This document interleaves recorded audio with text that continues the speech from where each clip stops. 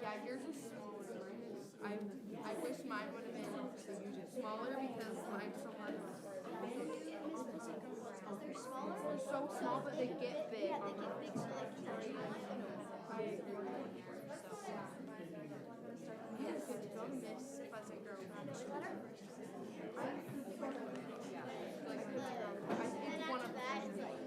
But then after that, it's like, yeah, this week you have this, next week you have 2 events, next week you have.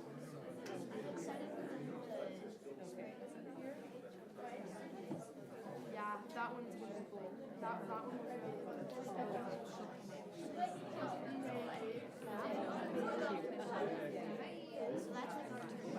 Yeah. And it's funner to go to the yeah.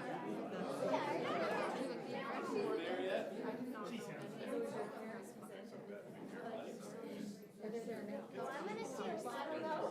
When you live in Lindon,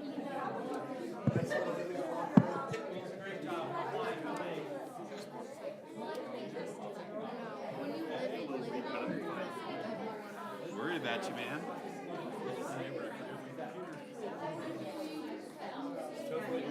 Pounds on one Tilly.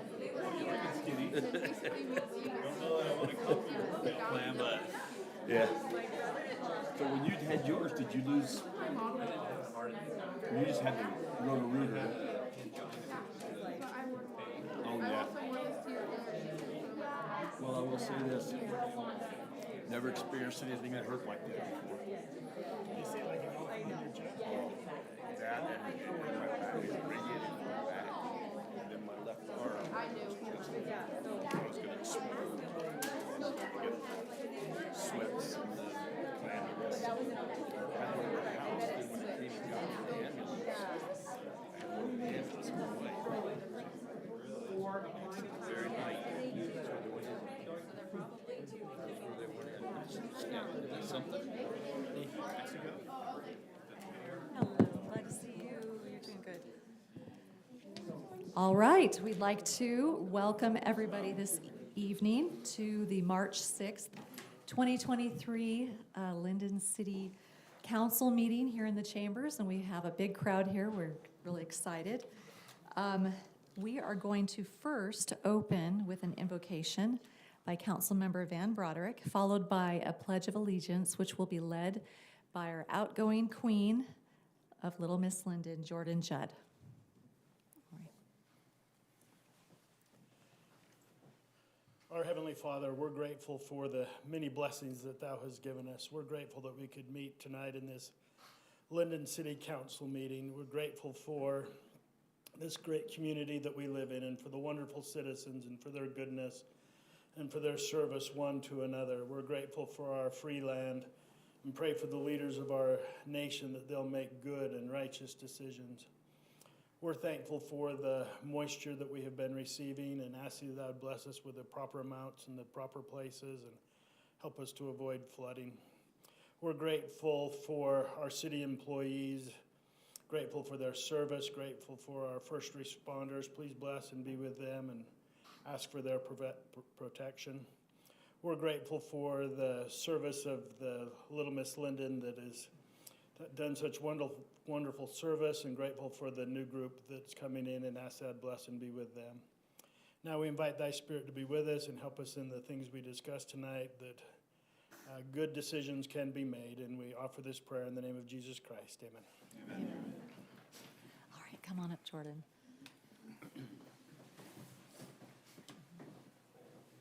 Okay, if you guys will please stand and repeat the pledge after me. I pledge allegiance to the flag of the United States of America and to the republic for which it stands, one nation, under God, indivisible, with liberty and justice for all. Thank you so much for that invocation, Van. And Miss Jordan and your court are all so poised. We're so proud of you. All right, we will now start with item number 1 on the agenda. This is our call to order and our roll call, and I'll start here to my right with Councilmember McElby. Be present. Jake Hoyt, present. Carolyn Lundberg, present. Cherry, present. Van Broderick, present. Powell, present. All right, we're all here. Wonderful. Okay, so item number 2, this is our presentations and announcements. And I understand we have a very special announcement here, going to be inviting Dave Powell to come forward, husband of Councilmember Randy Powell. The two of them have something they would like to present. Thank you. Before we get started, and we tell you what we want to do, I just got to tell you, we are so fortunate to be able to spend the past 29 years living in this great community. I mean, we've raised our families here, we've developed friendships here, we've had businesses here, we've had a couple of homes here. I mean, this city is just awesome, and we love it. And we are so fortunate also, too, to be able to find a way to give back to the community that we love so much. So we have contacted our local artist here, Eric Daddle, and have him make a beautiful rendering painting of this town and city. And along with that, he's going to produce 2,500 puzzles for the city. And that is our donation to the city, is this rendering and the 2,500 puzzles. And we are so excited, like I say, to give back to this community that's given us so much. In addition to that, I don't know if you know this, but Eric Daddle, he can put on a performance that is just incredible. I mean, he can bring a community together. So in addition to this, there is going to be a great party, a great celebration of our 100 years as Lindon. And actually, could you cue that up and kind of show them, what Eric does? This is the kickoff that Tooele City did recently that Eric This put was on. just last Saturday, or 2 Saturdays.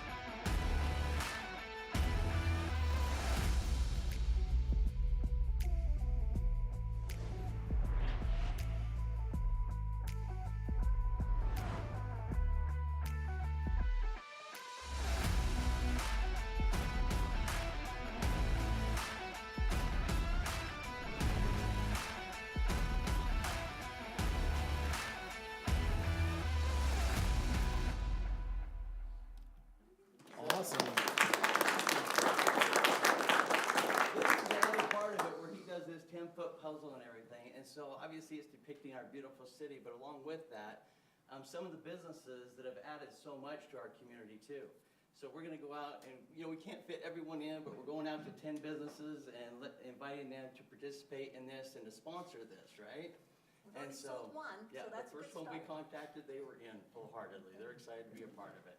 So anyway, through that will actually pay for this function. It'll pay for the puzzle, it'll pay for the celebrations, which will be so much fun. So with these, I know that the city council, they talked about maybe doing 2,000 puzzles. The reason we did 2,500 puzzles is that, again, we want to show appreciation for all those who work so hard for the city. So all the full-time employees, we want to give them 2 puzzles, and the part-time employees 1 puzzle. And then, of course, these wonderful sponsors that we're going to have, we want to give them 25 puzzles each to show our appreciation for them as well. So, and then we'll still have over 2,000 puzzles that the city will be able to sell. And we thought it'd be fun if we sold those for $20.24 because we're celebrating 100 years in 2024, right?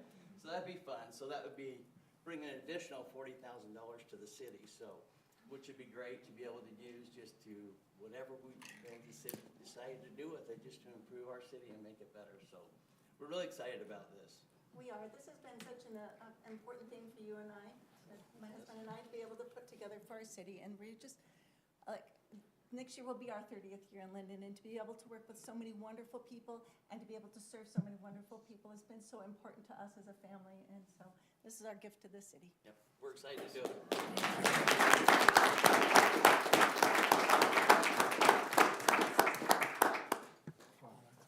Thank you. Exciting. That is incredible. Thank you so much. And our city, like they mentioned, was incorporated in March of 1924. So next year is our 100-year centennial celebration, and this is going to be just kind of like the cherry on top of a wonderful year of celebration. So our little Miss Lindon, you're going to have a fun year ahead of you, as this is going to be a really special time in the beginning of next spring.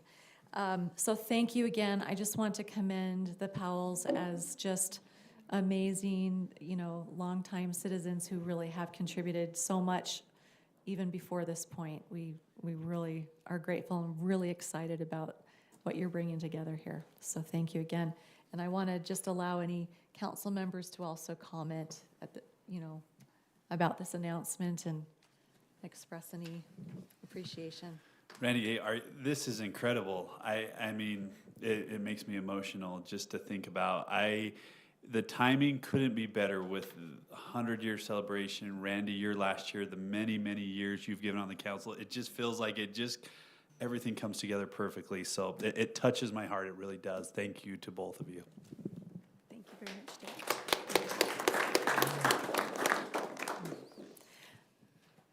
All right. Well, we have another really wonderful presentation tonight that most of you are here in the room for, so we'll proceed with that. Our new 2023 Little Miss Lindon Royalty. So I'd like to invite Jordan up here again and anyone else with her. As you begin this presentation, we're very excited to meet our new royalty. Okay, well, first we'd like to give a big thanks to you guys. We've loved serving with you guys this year. It's been a good time.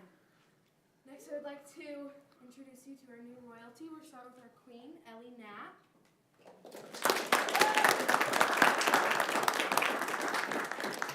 Okay, and then our attendant, Mariah Johnston. Paige Williams. Emily Omdahl. And Madeline Robertson.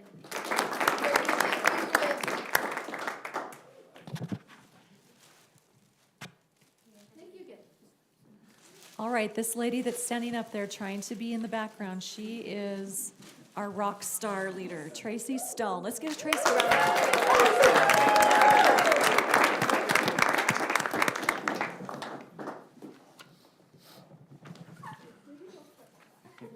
Can't say enough about what this organization does for Lindon City. They're giving hundreds and hundreds of cumulative hours each year, just helping pull off so many events, representing us so well.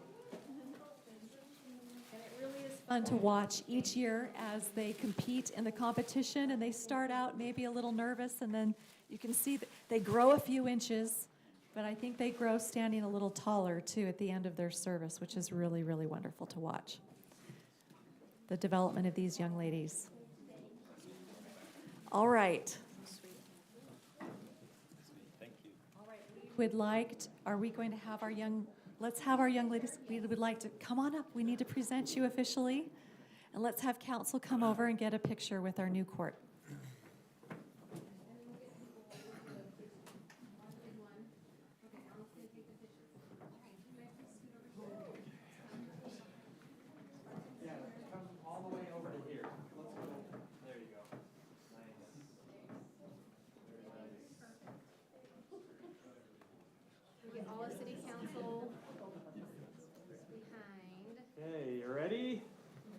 Look here, 1, 2, 3, smile.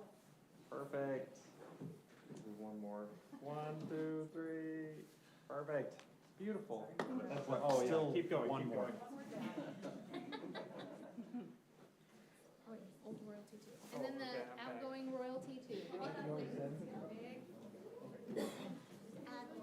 fun this year.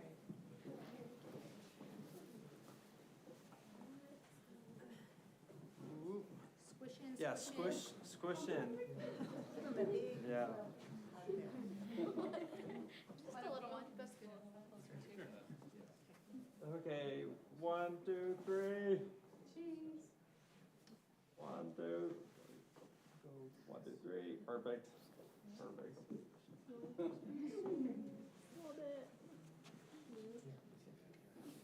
All right. You're official now. You're official.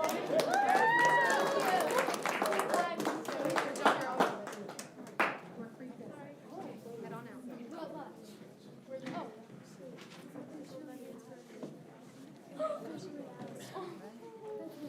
Thank you so much for being here this evening. Now, we have a really, truly exciting agenda tonight, talking about fences and ordinance amendments and budget amendments. You're welcome to stay, or you're welcome to leave as well. Thank you so much.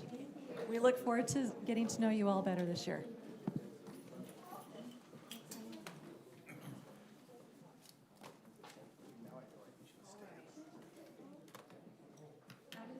Presentations and announcements. We will now move to the open session for public comment. This is where anyone may approach the council here at the table if you have something that is not on the agenda this evening.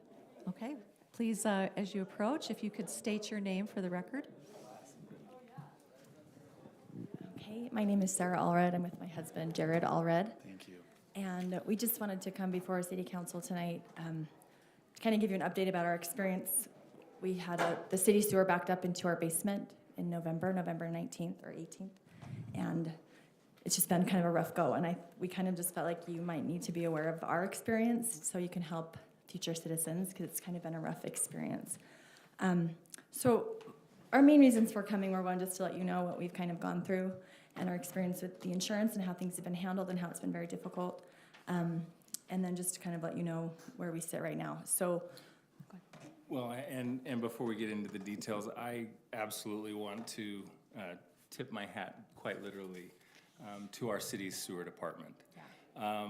It's very rare in my past life as a restoration contractor that you'll get a city so responsive on a Saturday that literally the entire city sewer crew was out there. They got out the vacuum truck to clean out the ironically named clean out that had backed up into our basement. And just to paint the picture, 3 inches of feces and urine. Not our feces. Right. City feces. That we quickly ascertained was not ours. And so that's what we were dealing with on November the 18th or 19th. Yeah, and they came out right away, took care of everything. They were really helpful and concerned and got that taken care of really quickly. The mitigation company came out. They got it all cleaned up within 2-3 days. Well, and Paul Miller, I think his last name is Miller, but fantastic. Came by our house on his own time, just asked, how are you doing? Are you getting taken care of? And so please pass on to him our thanks. So that's just kind of when the harder things happen. So I don't know if you're aware of the insurance policy that the city holds, but it's a liability policy, which does not get us back to whole. There's a depreciation amount. Our home was built in the 70s. 1974, and had cosmetic upgrades, but still had wood paneling in the basement. One of the immediate challenges that we ran into was the insurance adjuster saying, well, it's a liability-only policy, and immediately discounting that that's not the policy we have as homeowners. My own policy, had the break happened 10 feet into my property, would have taken care of us completely. We're fully insured. But our policy has a very standard clause in it that if it's the city's fault, it defaults to a secondary position and only offers us $5,000. So our own insurance would have taken care of this, including depreciation and made us whole. Where this insurance company, because of the policy, and I get it, I've lived in that world, is a liability-only policy. They immediately discounted that we would have to come up with the depreciation amount. Well, we didn't pick the insurance company, we didn't pick the policy, and our own policy would have made us whole. So now Sarah can explain what's in front of you. So we just put this together real quick so you could kind of have a good idea. Complete Restoration is the restoration company we worked with. They submitted. They're from Lindon. Yes, they're from folks. Lindon, yeah. So they submitted their estimate of the $65,196.99 on December 16th. We didn't get an offer or anything back from the city's insurance until January. So this happened, November 19th. Everything was submitted before Christmas, and we realized it was holiday season, but they did say like, well, sorry, we're out of the office for the holidays, but that was prior to Thanksgiving. Yeah, that was December 16th. They didn't even get back to us till the 3rd, and you can see that their first offer was extremely low. Even the restoration guys, they were like, they missed, 20, I think it's 26 points on their line by line item, and so they had to submit more information, and they said, okay, we'll take a look at it again. Again, we didn't hear back from them until the 17th, which then they increased it quite a bit, which we were grateful for, but it still isn't covering that depreciation cost. And at this point, we've been out of our home 2 months, and just kind of felt like, well, I think they should at least get us whole. I mean, we're not asking for the most expensive paint or the most expensive carpet. We just need to be able to buy carpet in 2023, not in 1974. And everything was just really slow. We spoke with an attorney. We didn't want to have to go there. We don't have the money to, sue the city or go after the insurance. But we just felt like at this point, there should be something that we can do. So she helped us and wrote just a letter that asked for some loss of use damages, which includes, we've been paying our utilities, we've been paying our mortgage. We've been paying our taxes, Yeah. we've been paying our... Oh, so on top of that, fortunately we have family members that live in Lindon, so we've been living in their basement. But if they didn't live here, we'd be in a hotel or an Airbnb. I did some research, just to kind of cost and see what that was. I mean, that was upwards to $10,000 to $15,000 at this point that we would have spent to live somewhere, and the insurance, would have probably had to cover that. But I don't know for sure because we didn't spend the money. So they said we couldn't submit any of that. So they did come back after reading that, and they said we can cover some of those loss of use damages, but only the utilities because we're not going to cover the mortgage because that's a relationship with you and the bank, which I don't feel is any different than our relationship with the utility company. We pay our mortgage, we live in our house. We pay our utilities, we have electricity. Well, especially since, yes, it doesn't affect the relationship with the bank, but were we not able to fix our home, it would certainly affect the value of our home. Yeah, so I didn't quite understand the adjuster's reasoning there. Yes, we'll pay your utilities that you came out of pocket to pay not living in the home, but we're not gonna take care of the other. And I know insurance, like I said, I've lived in that world as a restoration contractor, and ultimately it's a numbers game. There's a certain percentage of people who would have accepted that first offer, and then there's some time that goes by, and there's a certain percentage of people that will accept that second offer, whether it's out of desperation or whatnot. And then, of course, it becomes this waiting game. Well, with our kids and over 3 holidays, Thanksgiving, Christmas, New Year's, on mattresses in my parents' basement, who gratefully live down the street from us, so we were able to maintain some normalcy. It just feels like the insurance company didn't deal with us as they would have dealt with a client. I know that for a fact because he told me on a couple occasions, "You're not our client. The city's their client." Well, we were told deal with the insurance company, and at this point, we felt like we needed to come before the city council because we have a lot of homes that aren't new in Lindon City. And if you stick to the policy that's here now, there will be a certain number of people who have to accept that first offer, a certain number of people who will have to accept that second offer and just have to eat the fact that there's a depreciation clause within the policy itself. We're only asking to be made whole. And we recognize that were we to have the ability to file a suit, we wouldn't be fighting the city, we'd be fighting the insurance company. And we don't have the money for that. And nor do we have the desire. We love Lindon. Our daughter, this was kind of nostalgic because one of our oldest daughter was Little Miss Lindon. Sarah's been in this chair before asking for money. For Little Miss Lindon. But for a different cause. Anyway, we just felt like we wanted you to know, because I would assume most of you don't know. I don't know if, I know Van knows because we live by him, but it's been a very difficult and disappointing experience because we love Lindon. And it's not, I mean, the attorney, she's like, it's not your problem. It's not your fault. I don't understand, you know, it's not our fault. So ideally, we would love to ask for this amount at the bottom. That covers the outstanding depreciation costs for the repairs, an updated utility amount, and then our mortgage and our housing costs for that time, which in honesty, I feel is extremely low. We've had a really hard time. It's been a very difficult 4 months for our family in a lot of different ways. So I don't need to go into here, but loss of use, I think, I just feel is the least that the city can do to make us whole, so we can purchase what we need to purchase, we can move back into our home. And anyway, that's why we're here tonight. And the last thing that I would add is, you know, Lindon has always been a great city. We've had so many people, just friends and fellow Lindonites, I guess, if that's what we were going to call ourselves, that have just been so concerned and reached out and how can we help? And that's just who we are in Lindon, and we're very grateful to be part of it. I feel like the ask is fair.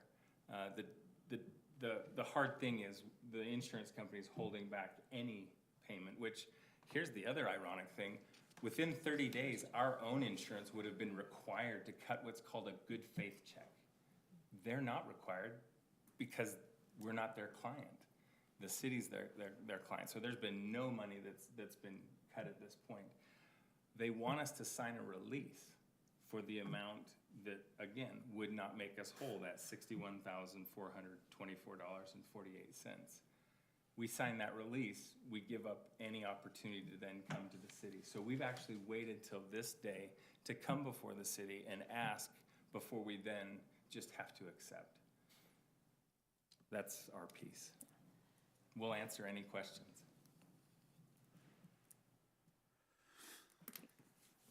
Council, do you have any questions? Obviously, this is something that was a non-agenda item, and we can't make a decision here Right, with you in we person. just want it to be heard. It's something, you know, that has to be worked over with staff and attorney and insurance and all that as well. So we appreciate you sharing with us what's been going on, and we appreciate hearing that the city employees have been very attentive to this matter and given good service, and that's wonderful to hear. So personally, I'm sorry for the stress and the displacement you've experienced, and these things are very tricky. I've also experienced, not in my personal home, but with parents' homes, similar situations. It adds a lot of stress in life for sure. So I will echo the sentiments of our mayor. Could you help me understand a little bit more about your housing component? Just help me understand a little bit more about your $6,485.92, how you've come to that number, where it came from. Sure. Our basement is literally 50%. We have a mirrored floor plan. Our two daughters live down there. Our only other bathroom is down there, and our family room, as well as the utility and other storage. So with 50% of our living space gone, we couldn't even continue to live in our. I haven't got the totals. Oh, okay, Yeah, sorry. it's just our mortgage, our monthly mortgage plus the escrow and the taxes. Okay. And so we divided that out and just did 4 months.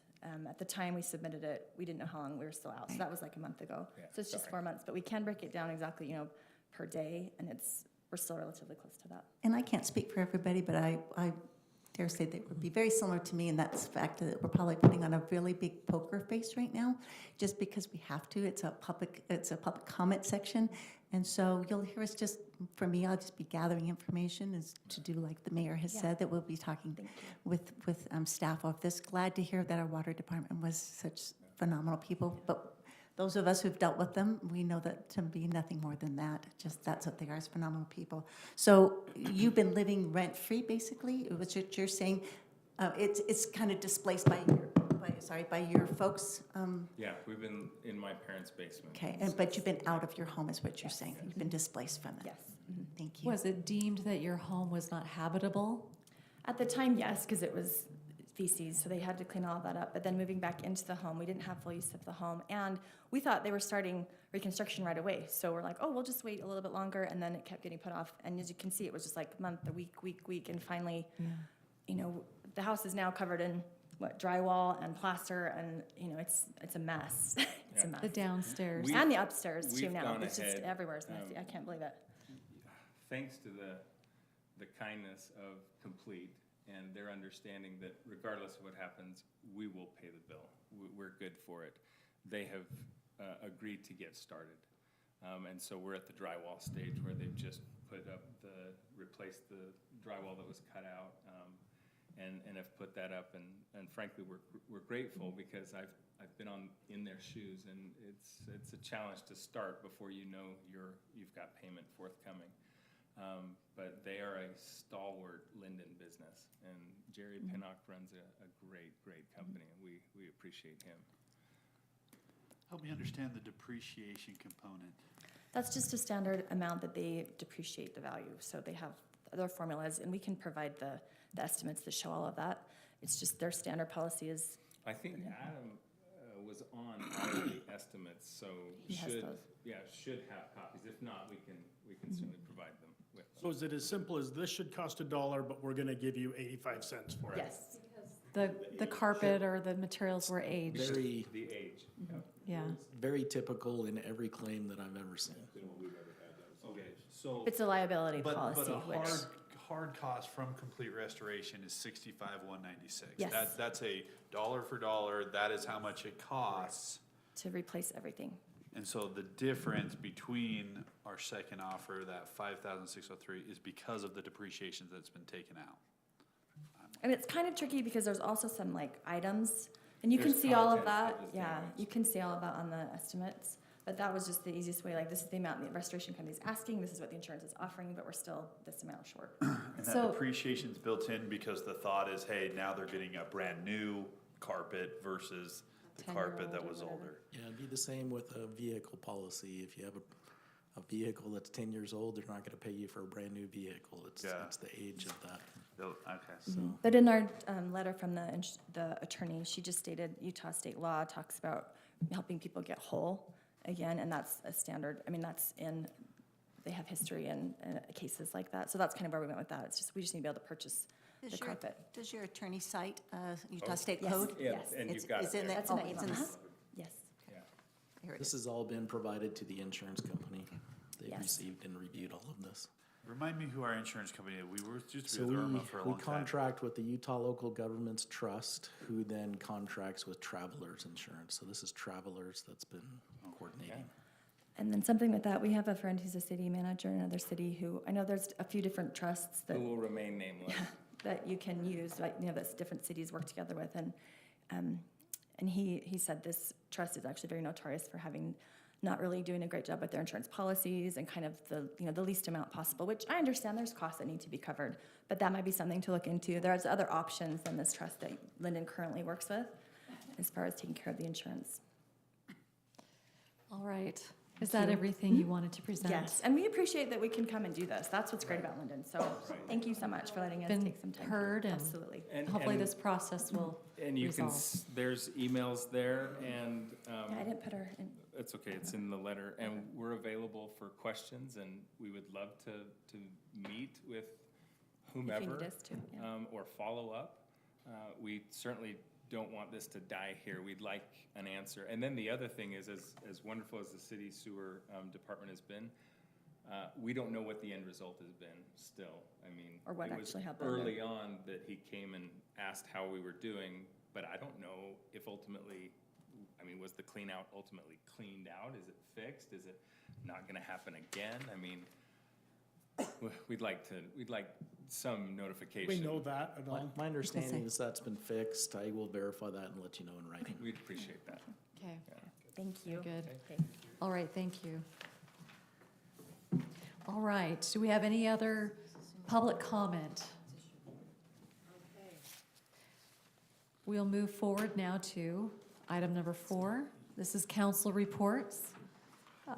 Let's see, I'll start, whoever would like to go first and jump in on council reports. Again? Okay, thank you. We do it geographically. Or did you want to start in the middle? Right or left? Depends on which way you're looking at. I've got my notes right here.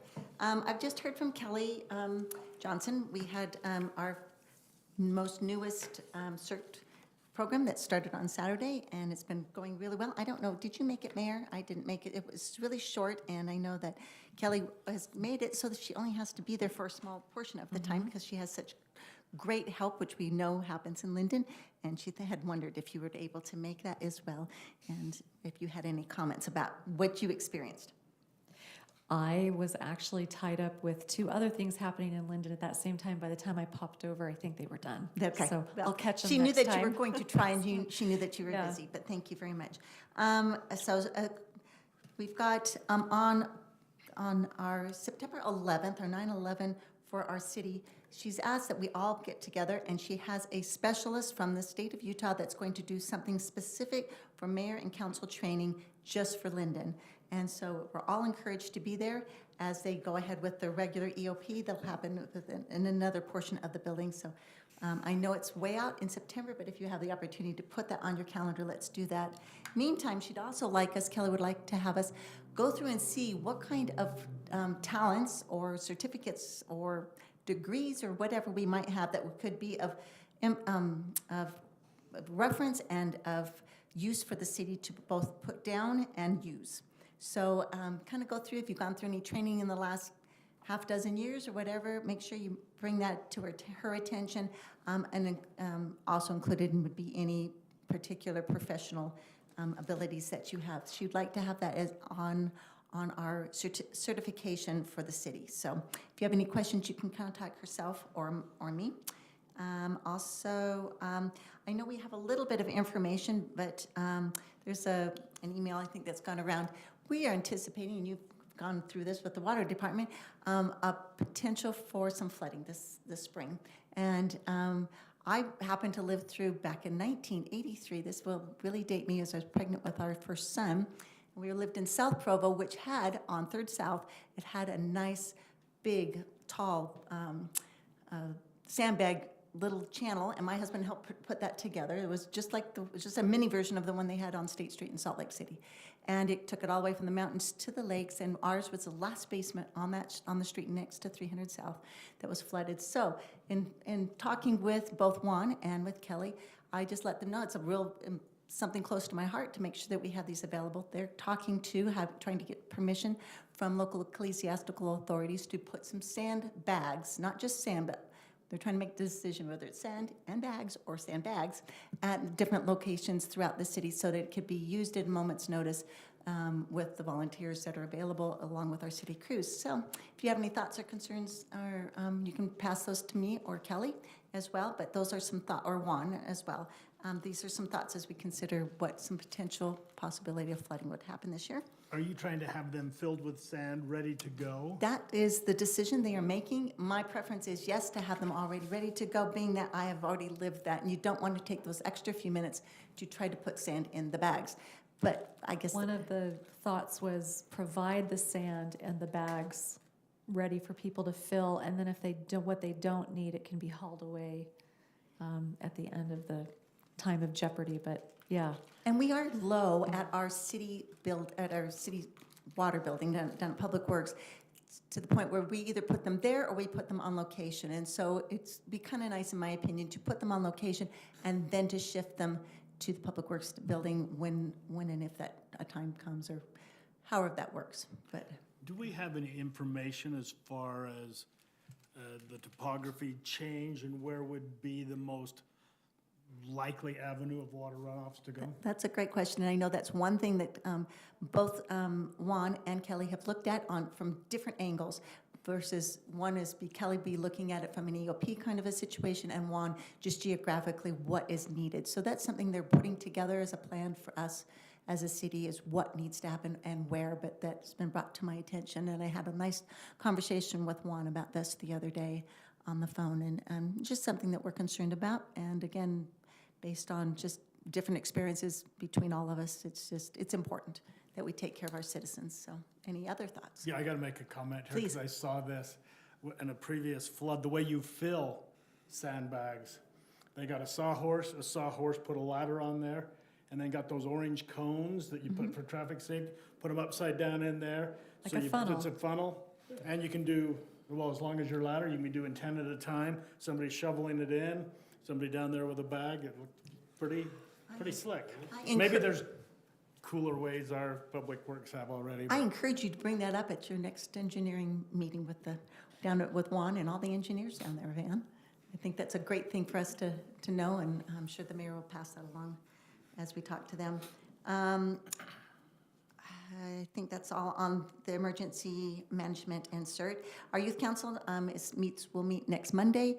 And I'm sorry, Mayor, is it the 27th we go to I could not find as many people as I reach out. I was waiting to hear back. Wednesday. Oh, it's Wednesday, the 29th then? Or is it? I will have it. The 22nd is the senior 22nd. center. Okay, so it's the activity. 22nd Wednesday. We'll be meeting at the senior centers to have some good fun with them. But next Monday at 4 o'clock will be our regular youth council meeting.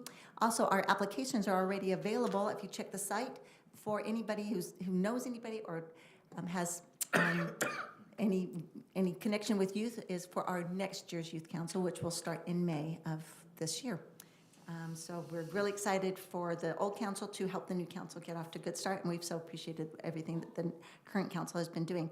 Again, our senior center is doing great. We've got Holy Cow that's displacing them at the moment, but they enjoy Holy Cow and all the cinnamon rolls as well. And then we will meet on the 22nd, as the mayor has indicated, for the youth council with the seniors. And sure enjoy being able to meet with in closing, the Pleasant Grove Lindon Chamber of Commerce, as we met at Pizza Factory to honor Daryl and his fine establishment there. That was a great afternoon or morning, I should say. That's all I have. Thanks, Mayor. Thank you. It is irrigation meeting time. I've attended the Provo Bench Canal Irrigation Company. And by the way, do people know that Orem used to be called Provo Bench? Yes. So that's where that term comes from, by the way. We have a board meeting and then the regular shareholders meeting. And then also attended the North Union Irrigation Company, the same things. Lots of discussion has been presented again and again to shareholders regarding Lindon's possibility of taking water out of the Provo River Aqueduct, coming down 400 North, and the impact that will have on these two irrigation companies. And it will be dramatic, as they will lose significant flow, as Lindon's a major shareholder, I guess would be, and particularly in the North Union irrigation. So people are hearing that. They're trying to see different options. Central Utah Water has been good to host the meetings, let them know of some options that landowners have on trying to come up with drip irrigation or whatever that they may want to do. And they're offering to buy irrigation as well. Attended the last Planning Commission meeting. Renee Tribe, for those of you that don't know, announced that she is moving. She's moved in November. She's going back and forth, but particularly we may lose her. I think, did she say the end of March?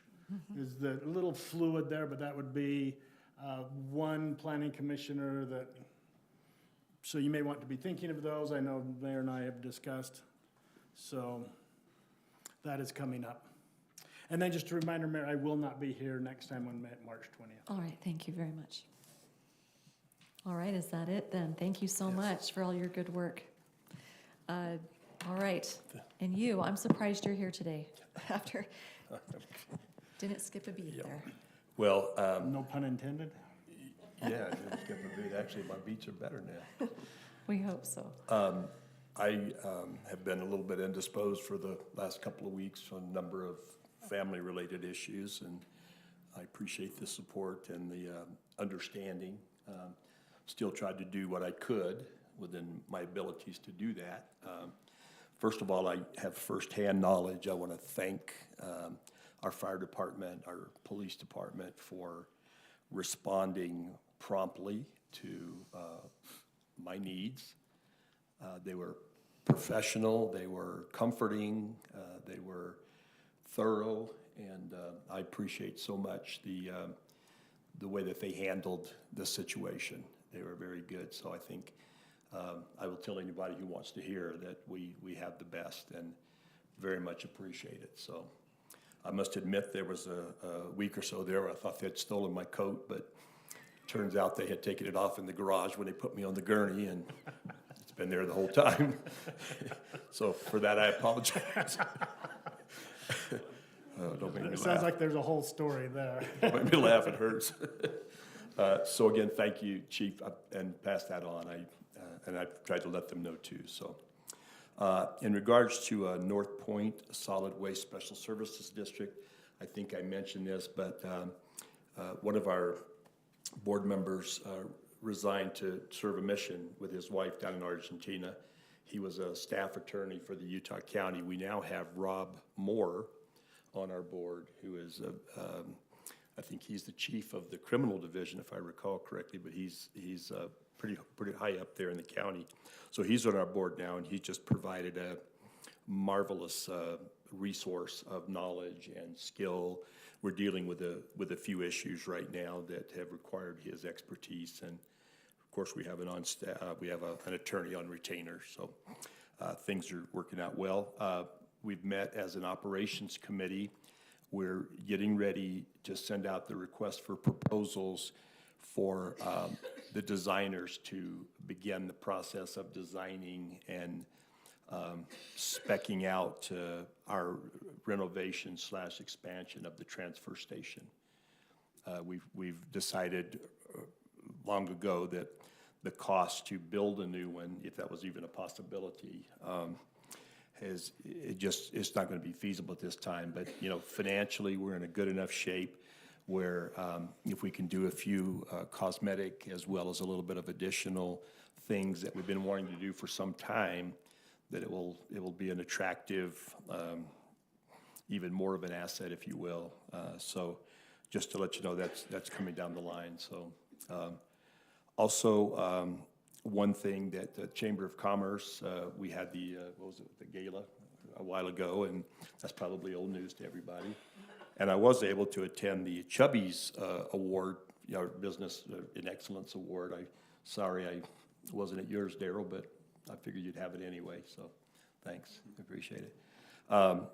One thing we're going to try to do, we've had some discussions, is try to focus a lot more on getting Lindon businesses to join and to make certain that they're being serviced, if you will, that they're being contacted, that they know that they're important and that they're relevant and so forth. And so I know those discussions have been had. And so that's one of our goals as a board, is to be more active in promoting and helping Lindon businesses, which is a good thing because we're getting a lot of new businesses, and that's been very helpful. So I appreciate the opportunity to serve on that board. And then finally, I don't know how many of you are planning on going to Utah League of Cities down in St. George in April.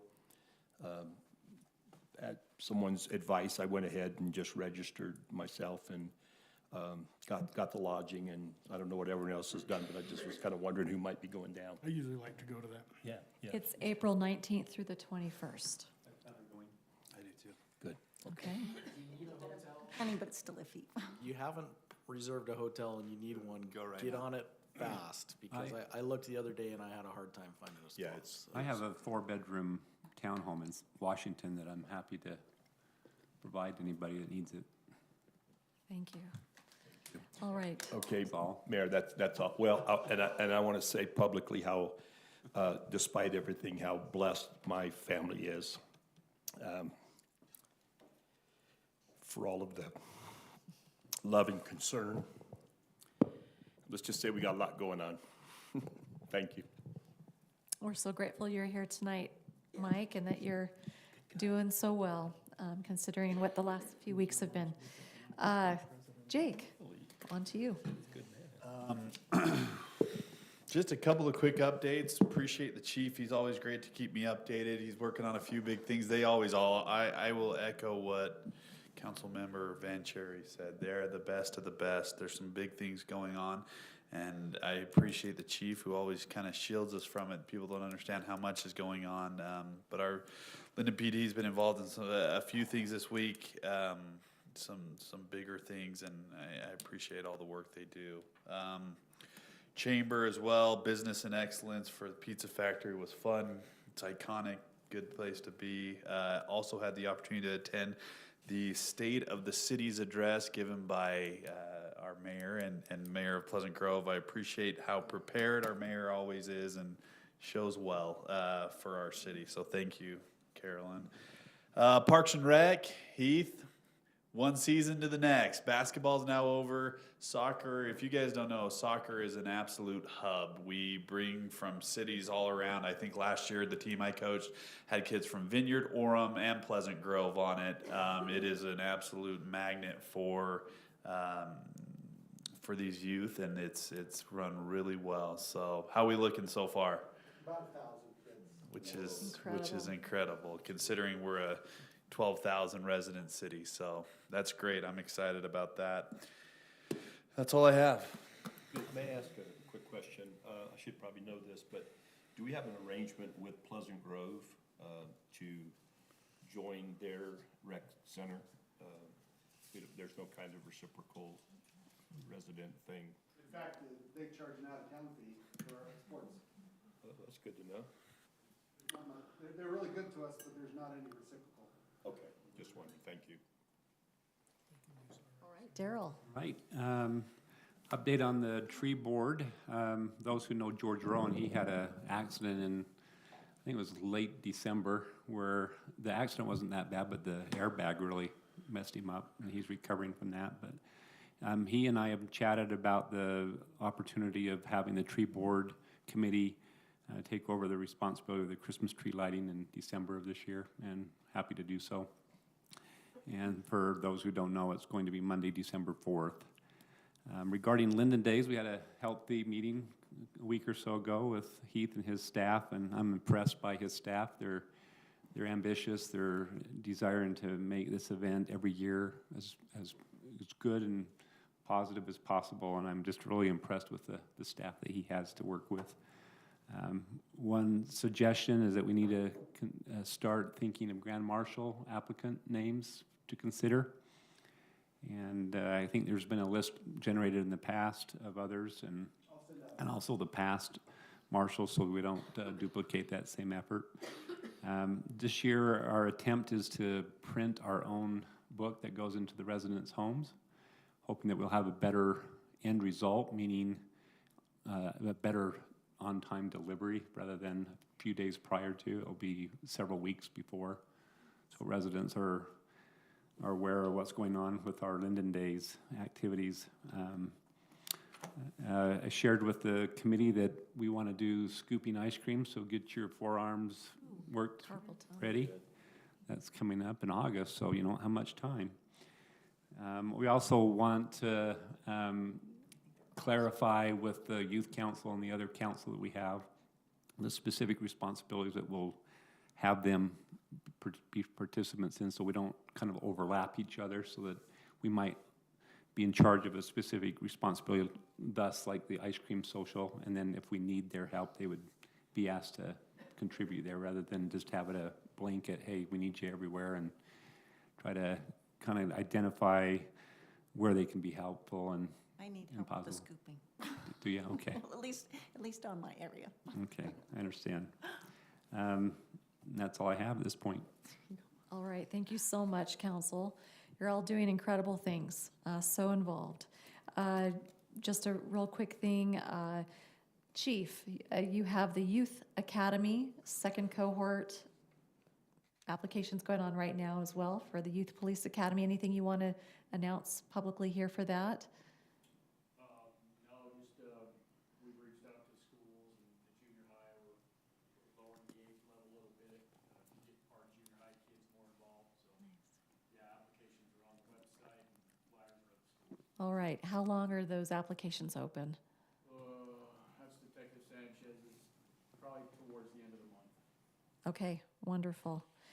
Those are simultaneously happening with the Youth Council applications as well, so we're looking forward to getting more youth involved in those two organizations. And then the Beans and Brews had their grand opening on Saturday. I drove by as I was headed to CERT, and there was like a film crew from BYU at Lindon Elementary filming a movie, and said hello to them. And then Beans and Brews had their grand opening as well. So their owner there that's running that also owns the other location in Vernal, and they had the radio station there, and they were giving away free drinks and cookies, and had a good turnout. So they have a really good hot cocoa and frozen hot cocoa too, if you're not coffee.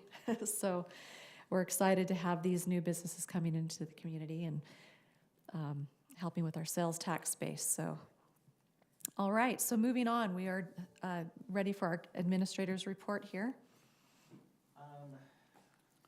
Again, an FYI to reserve a hotel as soon as needed or possible there if you haven't gotten one for that spring conference if you're planning to attend. Alpine School District put out, I know the mayor's aware of this, they put out a revised option B on their boundary changes. If you haven't seen that, I can send you the link on their website. I've already had several people ask me if the city is buying Lindon Elementary. My response has been that we've never had a formal discussion about that. The school district hasn't even declared it surplus, and so that's pretty far ahead of the game.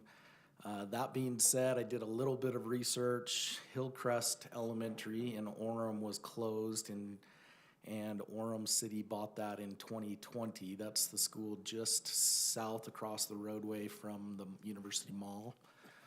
And it is about a half acre larger than the Lindon Elementary site, and the school building was about the same age. They purchased that for $5.6 million, and they're putting an additional $12 million into their park. So just as an FYI, I think if the city were to entertain a purchase there, the school district's they go through an appraisal process. They are required by a state code to offer the first right to a municipality if they declare any land surplus. And so the city would be given 90 days to respond to such an offer if that were to happen, or such an incident. Do they deduct from that amount the amount of taxes Lindon city residents have paid to Alpine School District? That would be a great negotiating tactic. Please don't make me laugh. So just an FYI, I don't know where that's coming from, but I've had 3 people in the last week ask me. Well, I was gonna ask you as well. I've been asked. And so, I think I haven't seen. I'll leave it at that. I'm gathering some additional information, and I think that would be helpful for just us to be ready and answer that question if and when that comes up. On their option B that they posted on their website for these boundary changes, it's still a closure of Lindon Elementary, and so it seems like they've got a year, and they will close the school.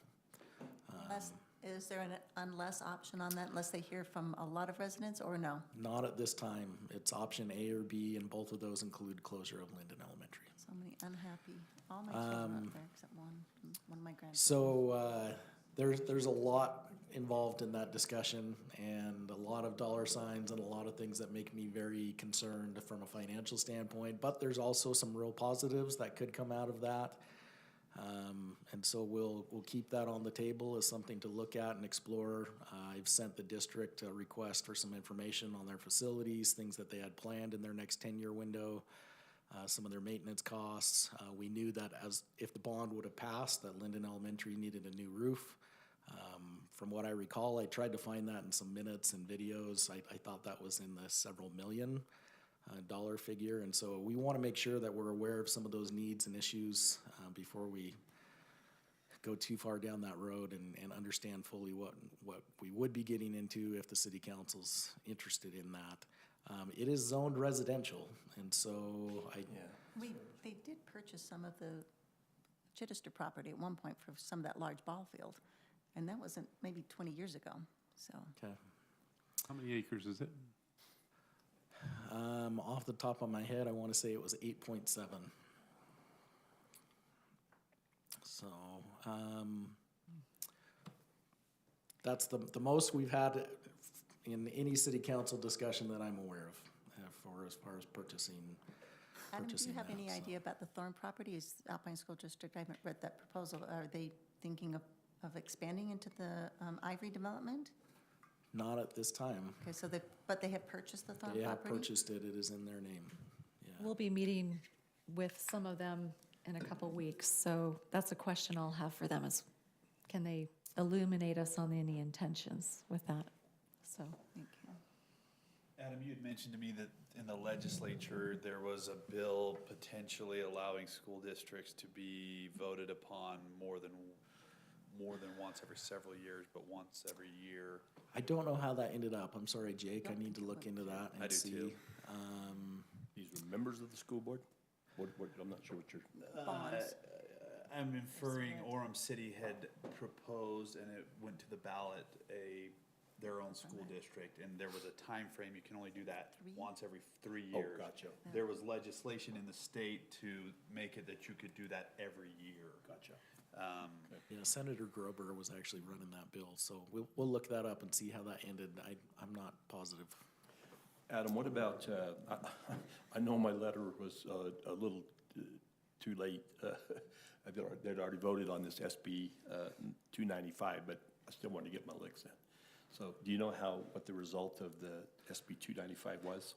Remind me which one that was. that's the one that it did not pass. That's the district where the developers would have the right to Oh, that did not impose pass. That did not taxes. pass. Oh, that's Yeah. good.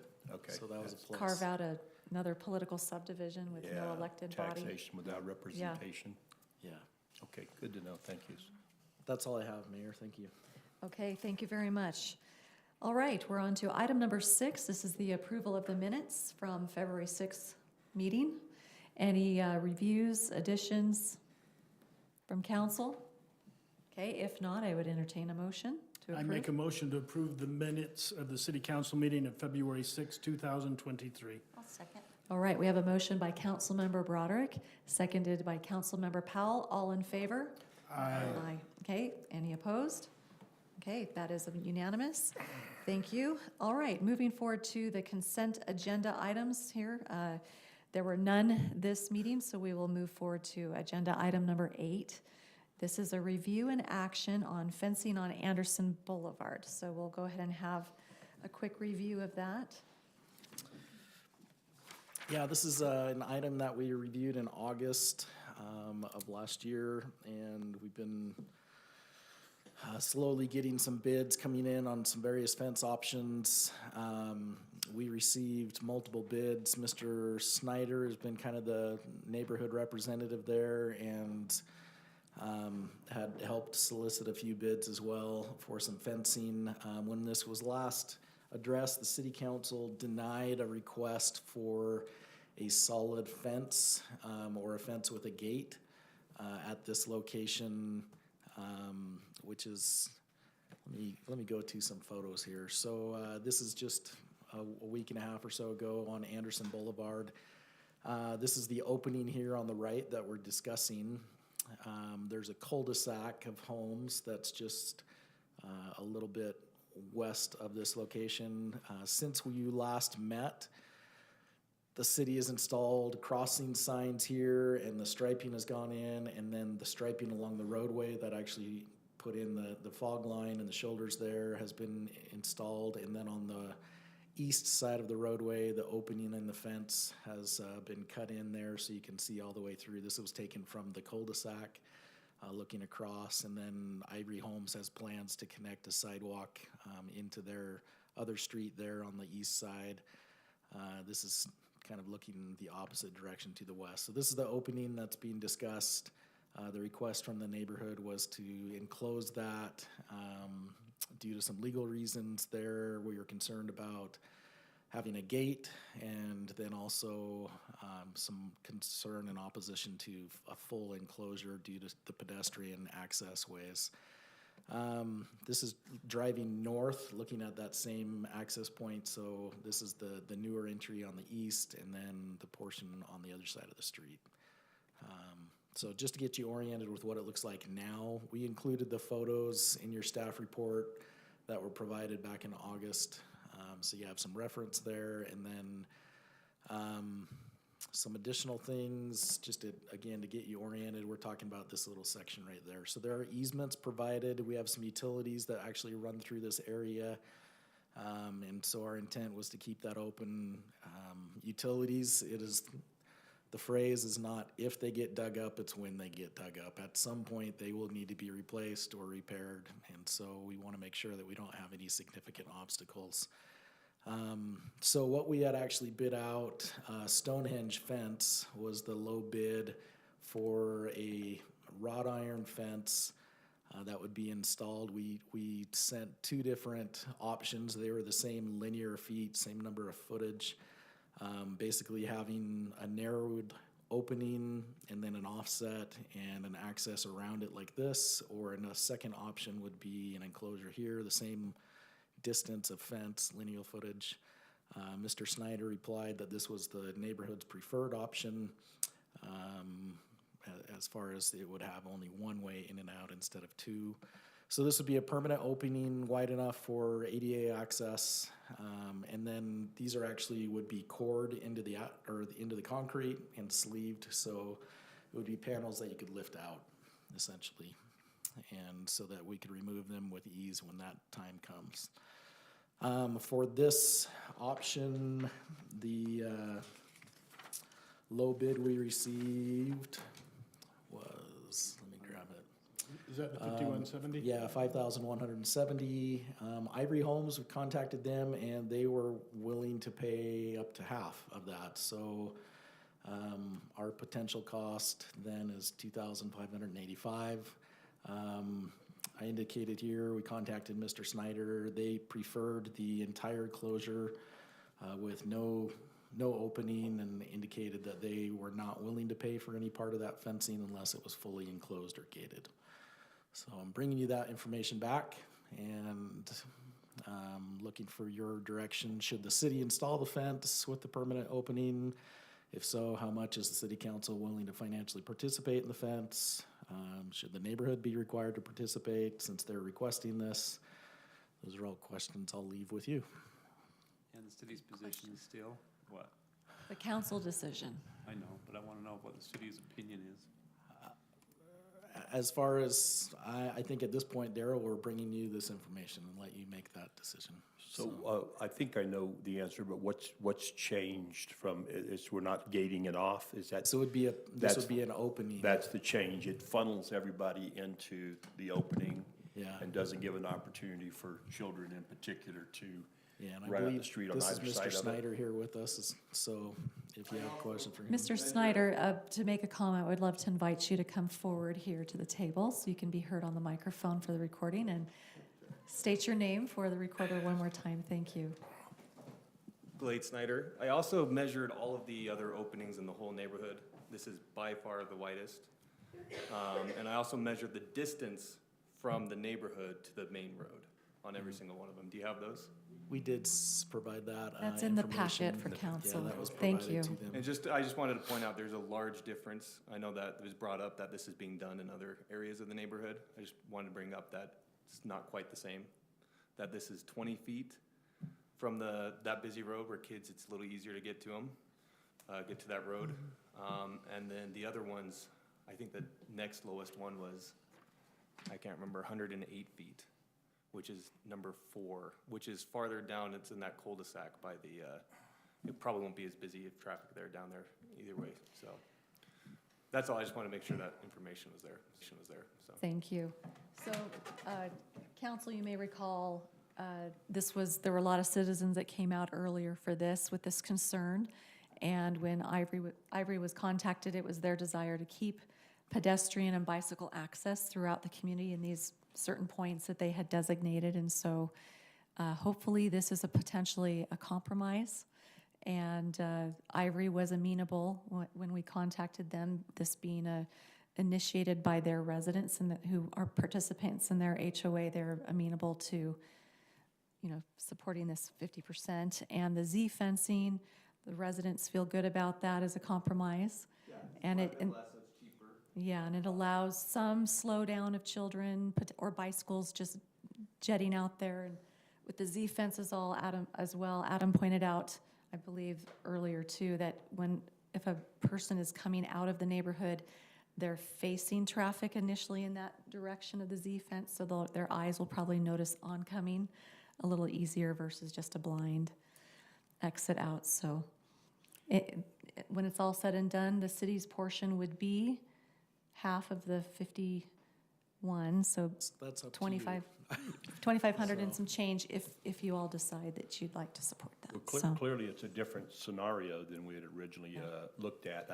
I'd be interested to hear our council's opinion on that as to whether or not we have any liability or if there's an issue that you can foresee down the road.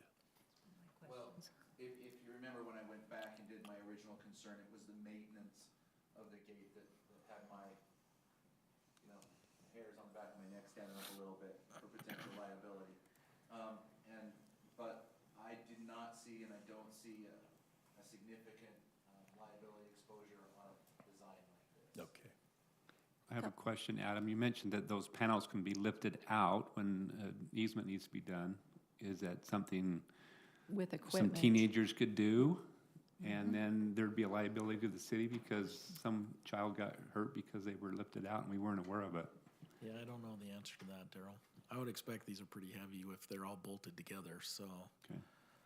that's my assumption, but Dovetailing on to Daryl's question then, but if the city were to move them for a reason of construction and somebody was to slip out, then we would be liable? If we didn't take reasonable action to repair or replace or put back, then yes, there is some exposure.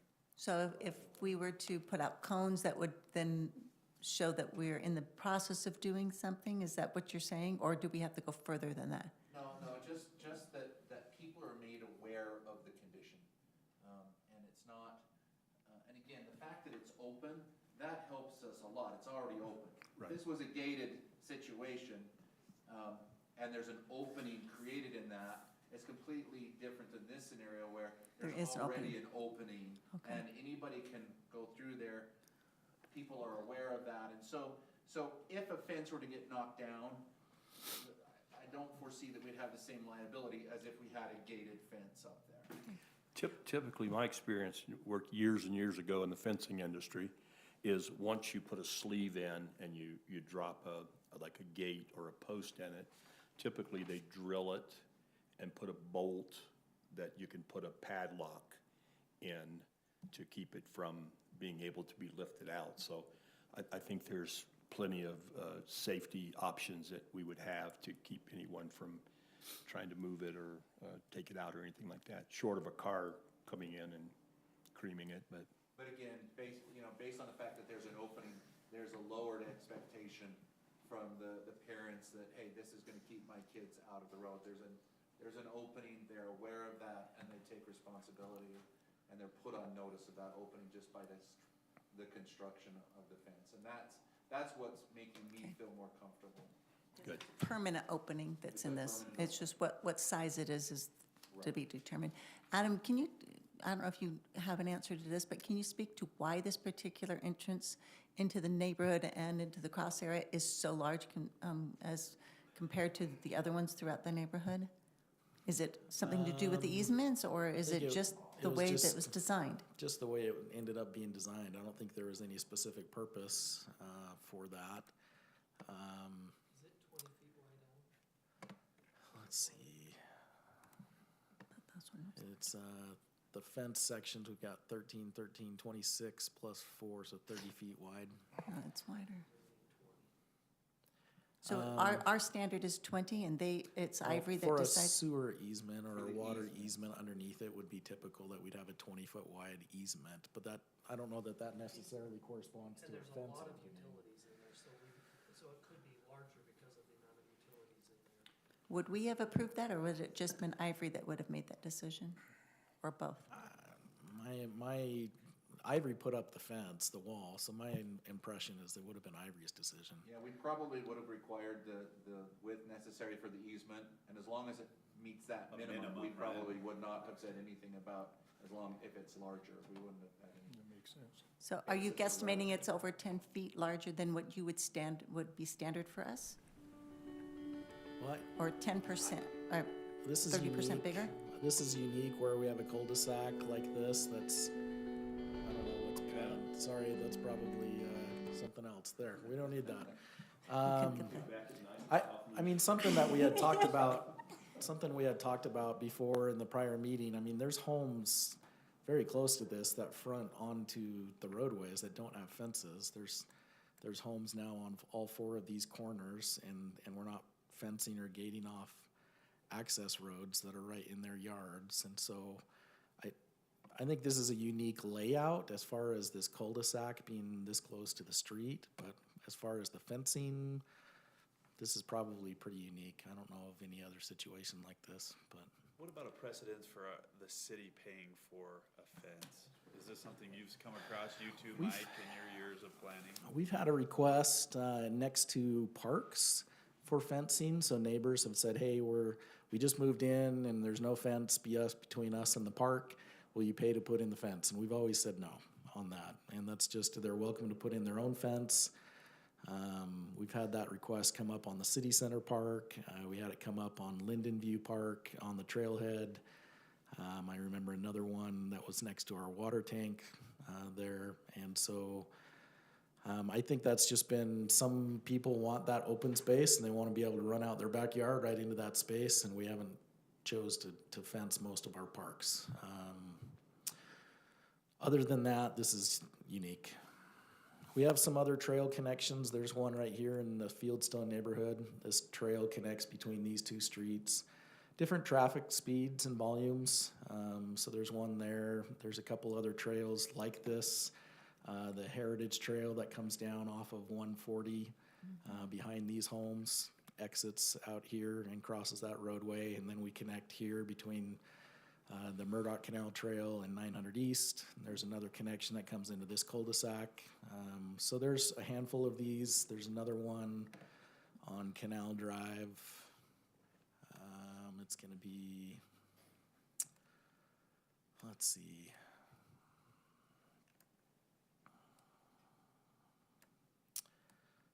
It is the end of this street right here. We've got a connection between this cul-de-sac and Canal Drive, that trail right there. So there's a handful of trails that connect between streets.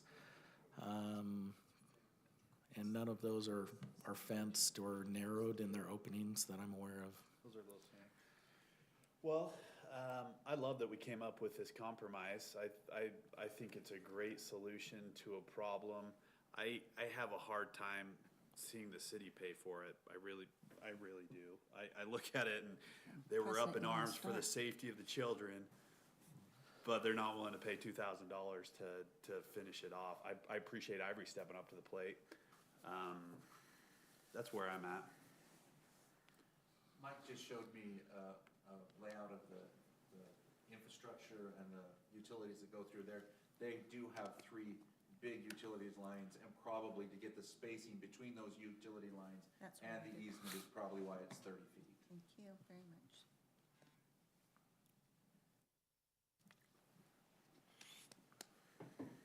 All right, council, with that information, what are your thoughts? So this is a review and action item, and I appreciate your consideration in this.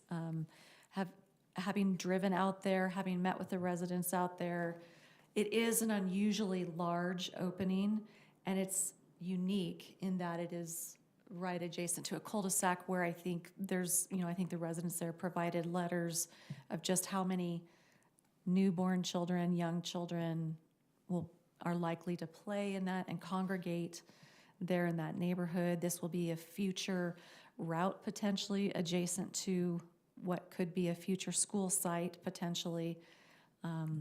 So, just maybe slowing down the bicycles from just taking a direct shot out. They'll have to navigate and slow things down a little bit. In my opinion, this is something I think that would be prudent to support as a safety issue because it did require an extremely large opening there. And this is a main boulevard, Collector Street in Anderson Farms. So personally, I would love to see not have something in the headlines, in the future for a small cost to meet halfway with Ivory on it. So Can I ask if the council, we are worried about setting a precedence outside of this? If we were to approve this, would we need to include language that would say for openings larger than X amount of feet? Or, I mean, if we were to approve it, I think it'd probably need to be in code so that when the developer puts it in, it happens, They not should us. do it. Later. Agreed. my concern is setting a precedent. Well, almost admitting fault too, and I'm certainly not the lawyer in the room, but we're saying, hey, we felt concerned enough that we paid for a fence here, but on the 5 others that Adam showed us, when a kid blows through that and gets hit, the city wasn't willing to pay on those ones, but they were on this one. Of course, they are different sizes, but I don't know. Well, there's ditches along some of those. It was a child then exposed to water. I mean, it's just, this is where my rub is. And I love the fact that there's some solutions to this. I'm unhappy that Ivory is only willing to go halfway. Or I guess I'm concerned that the city is having to get in the middle of this. I'm grateful that we're able to come up with, as a city, though, solutions to this. So it's a conundrum, to say the least. Well, correct me if I'm wrong, but we spend a lot of staff time on this, which is fine. That's what we do. We serve the citizens of the community. There's no really issue there. However, it seems like we've gone the extra mile. Correct me if I'm wrong, but we've done the striping there. We've done we've done things in the road there to help the challenge there. And I think that was done in good faith in an effort to try to respond to the concerns. You guys know how usually I vote on these kinds of things, but I don't think it's much of an ask to ask the neighbors between them to come up with $2,500 if it's that important. And I'm not suggesting it's not important. That's not what I'm saying at all.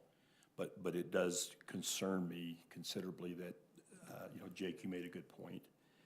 And just the fact that a precedent, I mean, if we do this, then whether we say yay or nay, we could potentially be, inundated with requests for this kind of thing. And then we have to go through the whole process again and just over and over. That's the potential that I see. So again, I think there's enough neighbors there that between them all, it probably wouldn't be a hardship on any one person to come up with that. Who approached Ivory? Did the city or did the residents of the area? I reached out to the city at the request of the mayor. You reached out to Ivory. Of the city. Are we aware of any reaching? What's that? Have the citizens, the residents close to this area, have they reached out to Ivory as well as the developer of their? I think there was a request a while ago. Ivory's still the primary HOA majority shareholder, however that works in their HOA, and there was a request last fall, and they were not interested in closing this.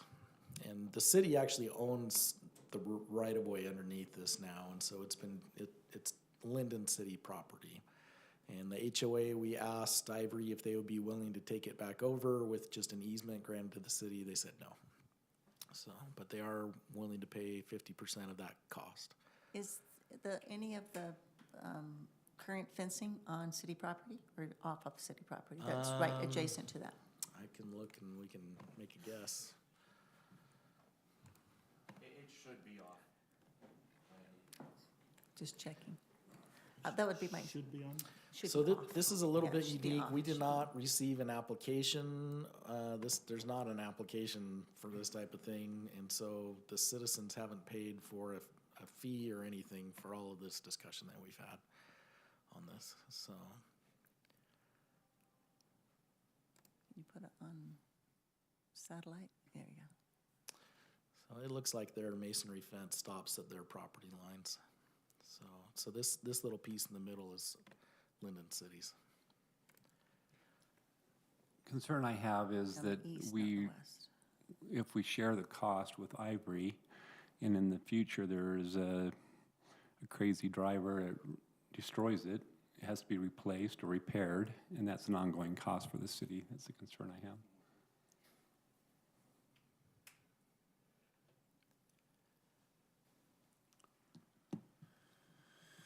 we're not advocating one way or the other on this. I'm just giving you the facts, so. I'm okay with the fence going in. I'm not comfortable with asking other Lindon residents, for all the reasons we've discussed, to foot the bill. If the residents do want to install a fence, do they have to, the city has to actually do the installation? It's our property, and so we would be the ones that would want to do that, so that we can control. Some licensing agreements. Yeah, that we can control what's occurring. Somebody isn't installing a fence on our property. Are there any fees that the residents or Ivory would incur that would be for city time and staff for the installation if we were not to pay for it, but they were? Are there any additional fees that they would be? A permit fee of some kind for fencing, or is there anything that they just ask? No, not that I can think of. Is there anything? No, yeah, I don't think so, Randy. Thank you. I was trying to wave something.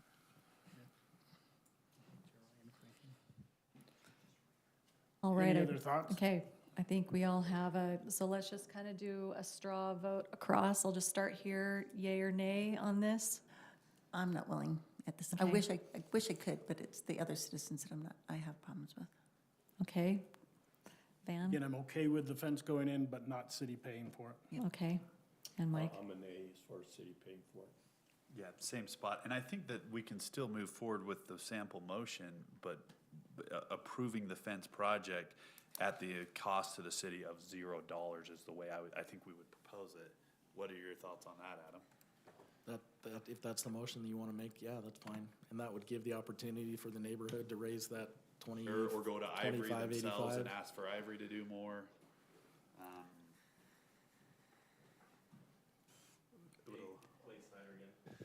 I'm gonna be the one recruiting everyone, so would the city, if we were to kick Ivory out in 2 years, I already talked to their council, like when we take over the HOA, would the city be fine with us putting a gate in there? That is HOA takes the liability and everything else. So this would be a step in that, right? We have that thing. I think I'd get more people to pay for it, or else I'm gonna be paying for it, right? I don't wanna be, they really wanted it closed because a kid can still get through there. That's why I just don't know where they stand on that. They were all willing to pay for a gate. But if we were to put it in, we pay for it, and then in 2 years when we take over the HOA, would the city be fine if we were to take liability to the HOA? There's and the still a HOA takes permit liability? that's still required, or no? Is there any permit that has to be required, that they come to the city, come to us and ask for Well, it's permission? city property. But if they put it on their side, If it's gated, we own the property, and so if it's both gated, sides of the then property? That, That little, yeah, Well, let me go he back just to- showed it as just the east side. So we own the street right of way on both sides, so this entire, the cul-de-sac and the street, Anderson Boulevard, and the piece in between. So we So what own, Mr. Snyder is asking for, the city would not allow regardless, is that what I'm hearing? The solution that was proposed earlier that Ivory Homes negated, and they said they weren't willing to do, well, the HOA board members said they were fine, and I talked to the VP, and he overturned what they said they were willing to do.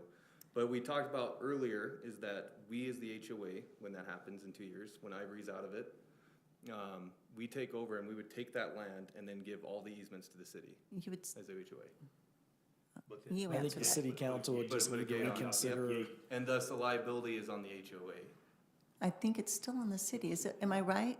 I know that council and our administrator is looking into this. Who was the initial proposal? That's what I'm asking. I'm trying to figure out future, right? Right. I think it would be the concern all over again of that Access. gated access way with the intent of the pedestrian access that was meant to go through there. Because your HOA doesn't cover the actual street. The street's been dedicated over to us. Am I correct? Correct. So the connectability between the two city-owned streets is where the conundrum comes in. Oh, so you're saying because the city owns that side and the other side? You're creating an impediment of the access. I'm just trying to, I'm talking out loud. Well, cul-de-sacs typically you don't have access, right? Not all, but occasionally you do, Yeah. unfortunately. vehicular, but sometimes there's pedestrian. Well, right now it's access. vehicular. A teenager drove We're through, trying to stop that. yeah. Honestly, that's probably a future discussion, and we can't bind future councils. to I do won't. I that. know. I won't be just- here. I'm just wanna feel, right? I'm not gonna hold you accountable for that. It'd be a different council. Like you said, you won't be there. But I wanna know if it's like even a possibility, right? Trying to get some information. Yeah, I'm If trying to, Lyndon's- I'm trying to pull out a probe out and see, because I know I talked with you in the very beginning, right? We talked about this, We're about, talking about the property transferring back to the, exactly. and I just don't know that we could do it in this scenario. Okay, And that's, so that's, I just couldn't say, oh yeah, that would work, I just can't say that tonight. Okay. Like Van said, that's another discussion that we need to get really drilled down on before I feel comfortable giving Okay. an opinion. and with the city, I know Ivory Homes wants it open.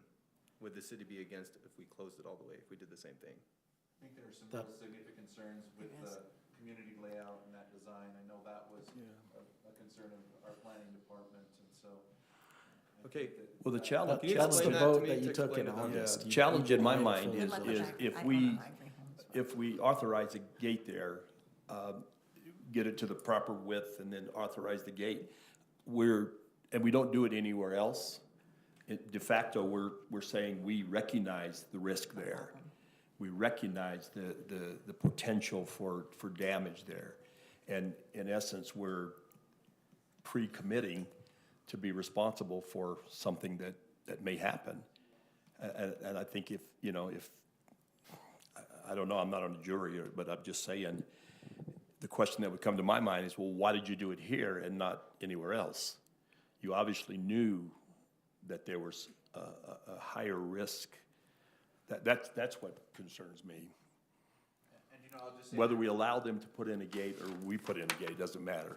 The case law and the law in Utah is really clear. We have no duty to fence off streams or streets or these other areas. They're open, notorious. People can see them, people can perceive the risk that is there. And if we take an obligation, we can take that obligation on ourselves, and then we have that obligation. We don't have it right now. Now, the case law that I cited to you before had very site-specific instances. There was a fence along the Jordan River that the city put up. They didn't maintain, a child drowned, and they were held responsible for that. Does it apply throughout the city?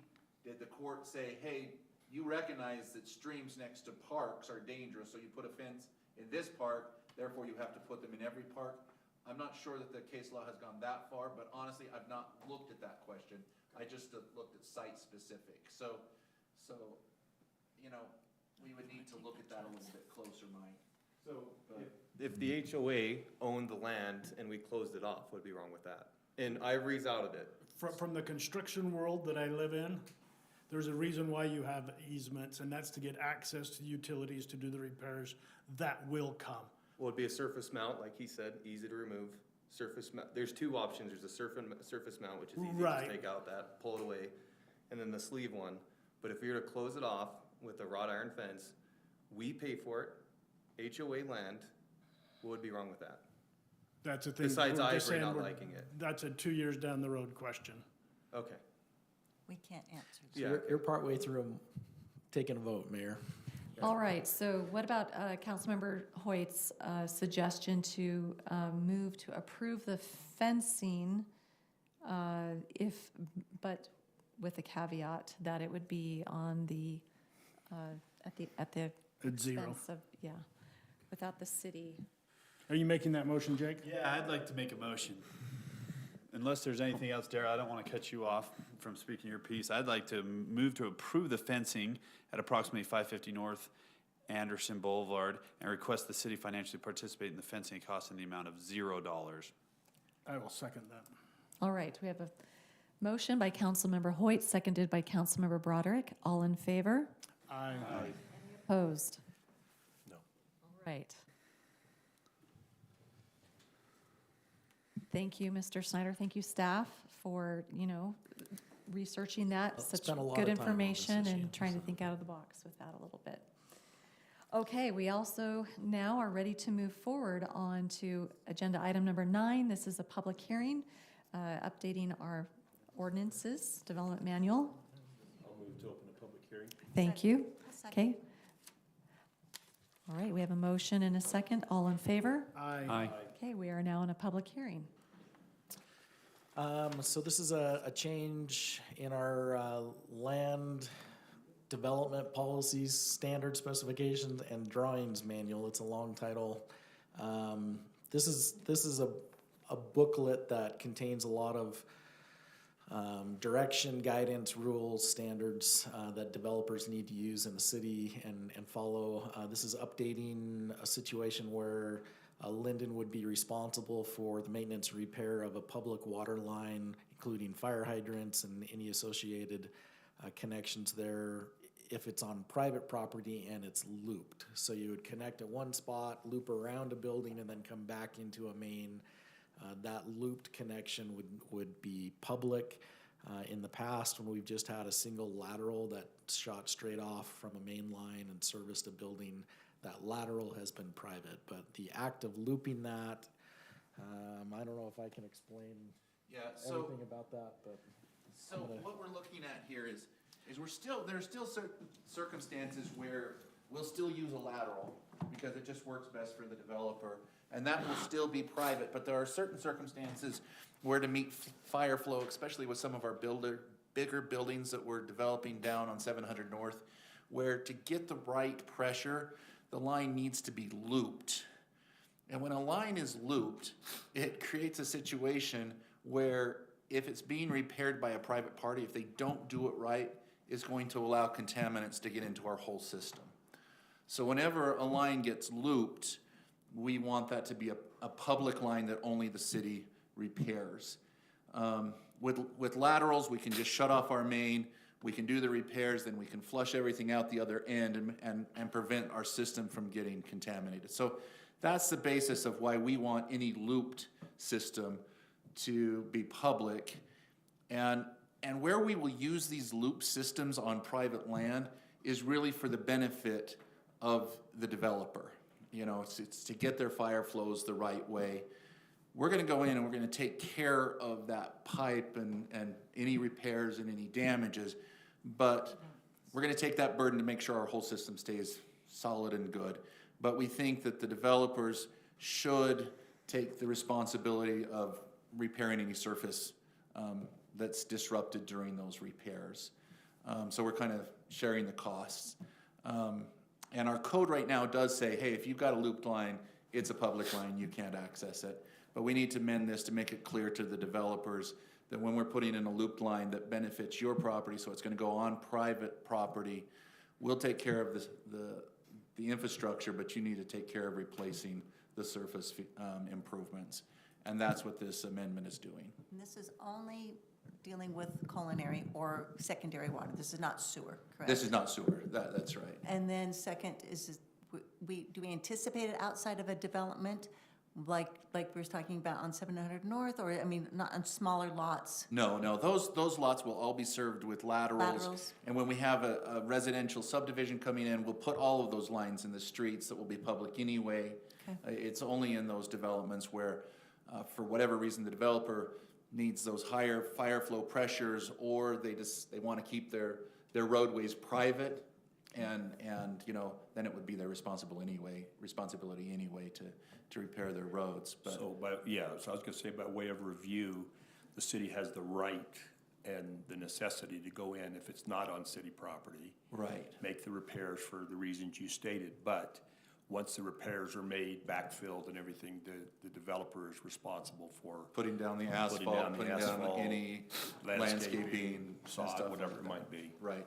Okay. And this requires them to give us the easement so that we can go in and when we need to make the repairs, the maintenance.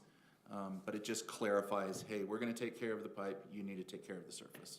Is this going to put a damper on people who want to come in and develop? I think just the opposite. It gives us the opportunity, instead of coming in and saying, look, you need to put 2 or 3 laterals, the response to that is, okay, you can make it work, you can get your fire pressure, but you're gonna have to put in like 2, maybe 3 laterals so that each of those have enough pressure to meet the fire flows. By doing this, it's cheaper for them, and it helps facilitate their development. And if the laterals work better, great, you know, if that works. it gives us more flexibility in actually encouraging people to come in, yeah. All right. All right. Very good. Any further questions? I'll make a I motion kind when of you just want. threw this on Adam's desk and To said, clo- can you yeah, put this on to the close. agenda? So- All right, I'll entertain a motion to close. I'll make that motion to close the public hearing. Second. Okay, motion by Councilmember Powell, seconded by Councilmember Broderick to close a public hearing. All in favor? Aye. Okay, take this back to you then. Let's see here, let's see, then you need to go ahead and motion for the ordinance amendment. I'll make a motion for you, Mayor. All right, I'll thank you. move to approve ordinance 2023-2-0, approving the development manual updates regarding the public culinary water lines on private property as presented. I'll second that. All right, we have a motion by Councilmember Powell, seconded by Councilmember Magalby. All in favor? Aye. Okay, any opposed? All right, that passes unanimously. All right, item number 10, this is also a public hearing for ordinance regarding pressurized irrigation. I motion to open public hearing. Thank you. Second. Okay, motion by Councilmember Hoyt, seconded by Councilmember Broderick. All in favor? Aye. All right, we are again in a public hearing. This is just cleaning up our city code. There was a section in chapter 13 that talked about pressure irrigation and water meters that said water meters shall not be installed at a water connection. You're all familiar with the new state code that does require this now for for new and existing.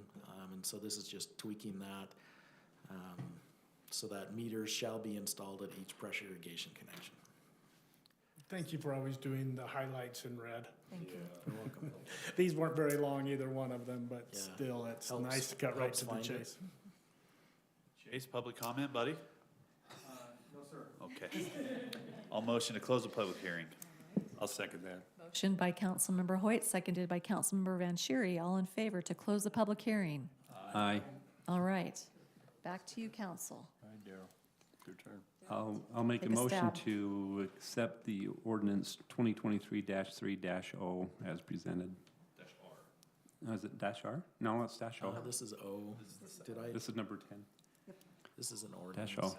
Shoot. As presented. As presented. Okay, we have a motion by Councilmember Magalby, Second. seconded by Councilmember Broderick. All in favor? Aye. Any opposed? All right. Kathy, if you can Thank just you, staff, for your work on those things, always cleaning up our ordinances so well. make note to talk to me. We found on the code published online, there was another section that had a typo. It misspelled water. And so if you'll get with me, I'll send you that section. So that shouldn't need an ordinance change. That's just, it's not this paragraph, but it's in the same chapter, so I'll get that to you. Okay. All Just a right. I scrivener's make a error. motion to open a public hearing. I'll second. Okay, thank you. Woohoo. Jake got Good the job. second. Wait, who's taking it? Randy can take it, That's because okay. I'm probably on the wrong amendment anyway, so. Okay, this is item number 11. We have a motion by Councilmember Magalby, seconded by Councilmember Powell to open a public hearing on Resolution 2023-2-R. All in favor? Aye. Okay, welcome, Kristen. Yes. 15 minutes, can you do it in 8? Aaron,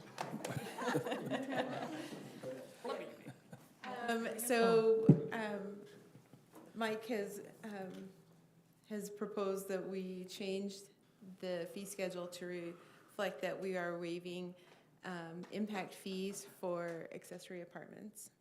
Non-retroactively.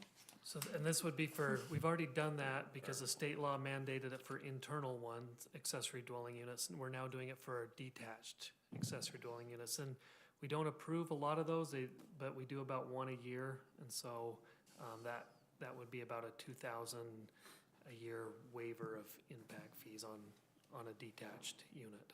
And so that would accomplish one of our moderate income housing strategies on that, so. and you anticipate this would be something to give in the fall report as a new, Yep, I will May- send them a new copy of this initiative. resolution. And then so this will be strategy 1 and 2 that we've completed. We'll be working on the other 3 over the next year, so. good. Any questions from council? I'll make a motion to close the public hearing if there aren't any.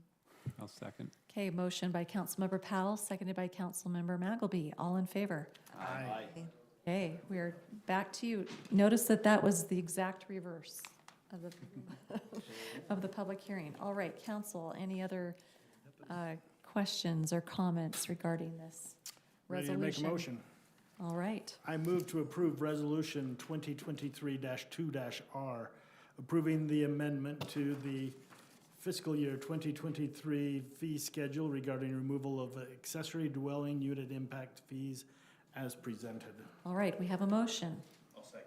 Okay, we have a motion by Councilmember Broderick, seconded by Councilmember Hoyt. All in favor? Aye. Okay, any opposed? All right, it passes. Very good. Okay. And moving, And open a public hearing. all right. Second. Motion by Councilmember Magalby, seconded by Councilmember Hoyt for a public hearing. All in favor? Aye. Okay, we are now in a public hearing.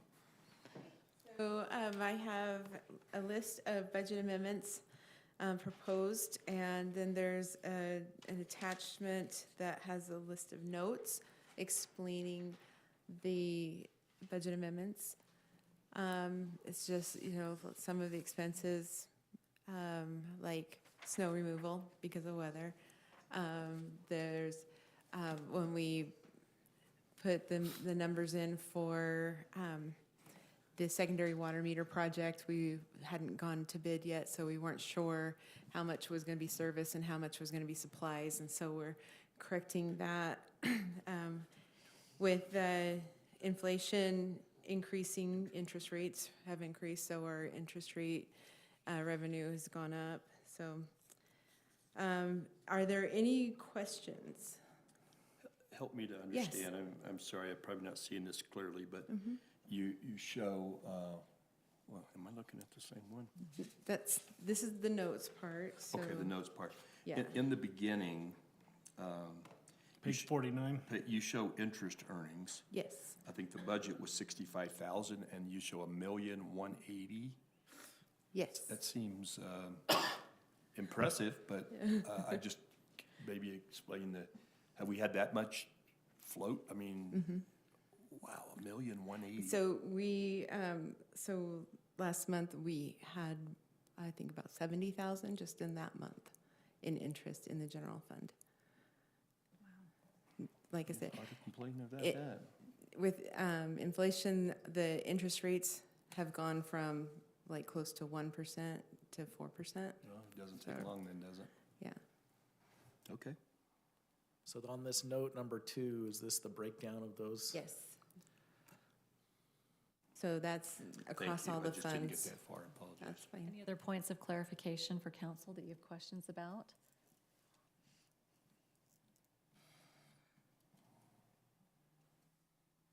I'll jump to the. Did you want to talk about park tax allocation? All right. Did you want to talk about that here or on the next one? Either This one. good. Gotta be here. There's nothing changing in the budget. For the park tax, this is just kind of some internal balance sheet things. And this was just the allocation that was set several years ago for facilities maintenance to get 42% of the incoming park tax revenue to free up funds in the general fund. So not paying for like utilities and general maintenance on recreational facilities. And so with our sales tax revenue increasing, the park tax revenue has also increased, and it increased faster than the operating expenses that the park tax was helping to offset. So it's built up quite a big fund balance for that section of the pie. And so in looking at that, I've talked to Heath and Adam about redoing that allocation and then also reallocating some of that fund balance in the facilities maintenance part.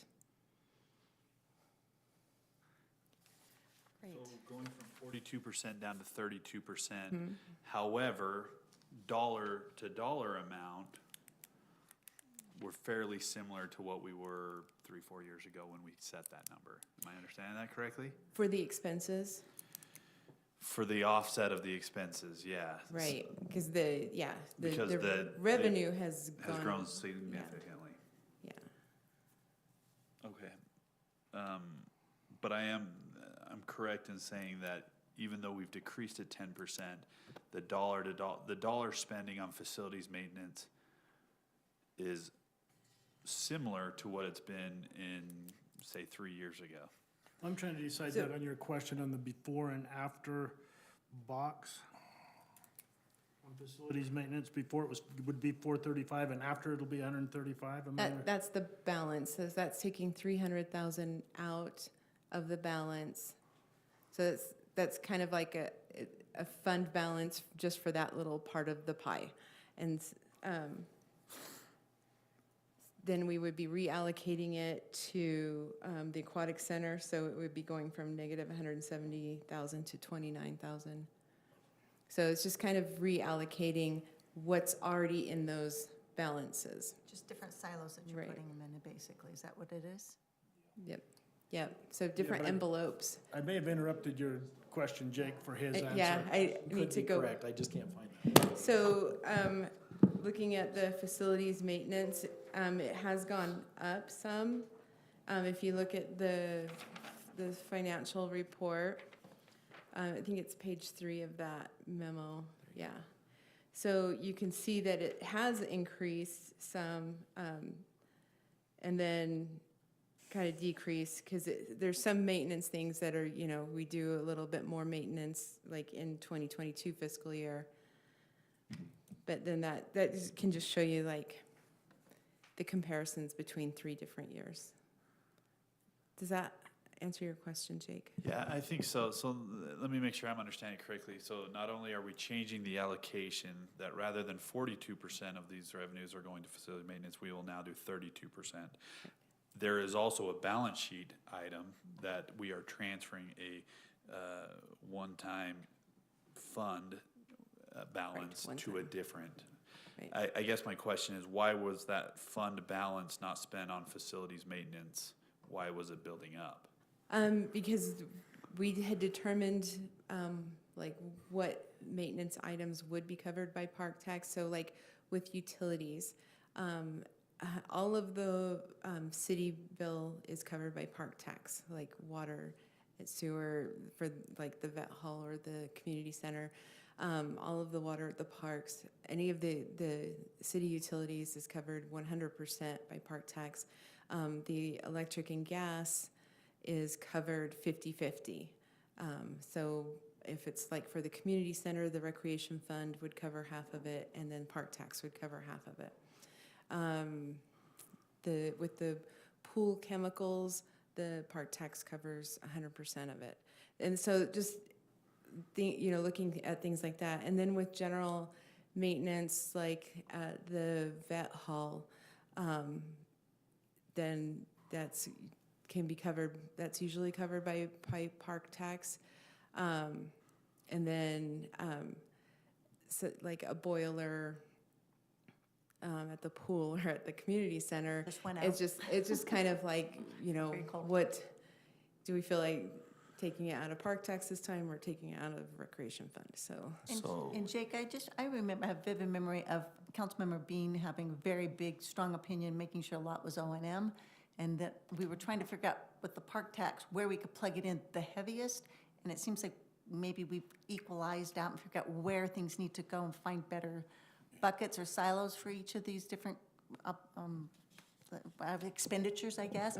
So it's all there, it's just in different buckets. Is that correct? I just remember him just really making a big push on making sure O&M was just as high as it could be. If we do this, what is the impact on the general fund? It's plus, minus? I think it's neutral, isn't it? It is neutral because we're still continuing to do the same splits that we've been doing. Different Yeah.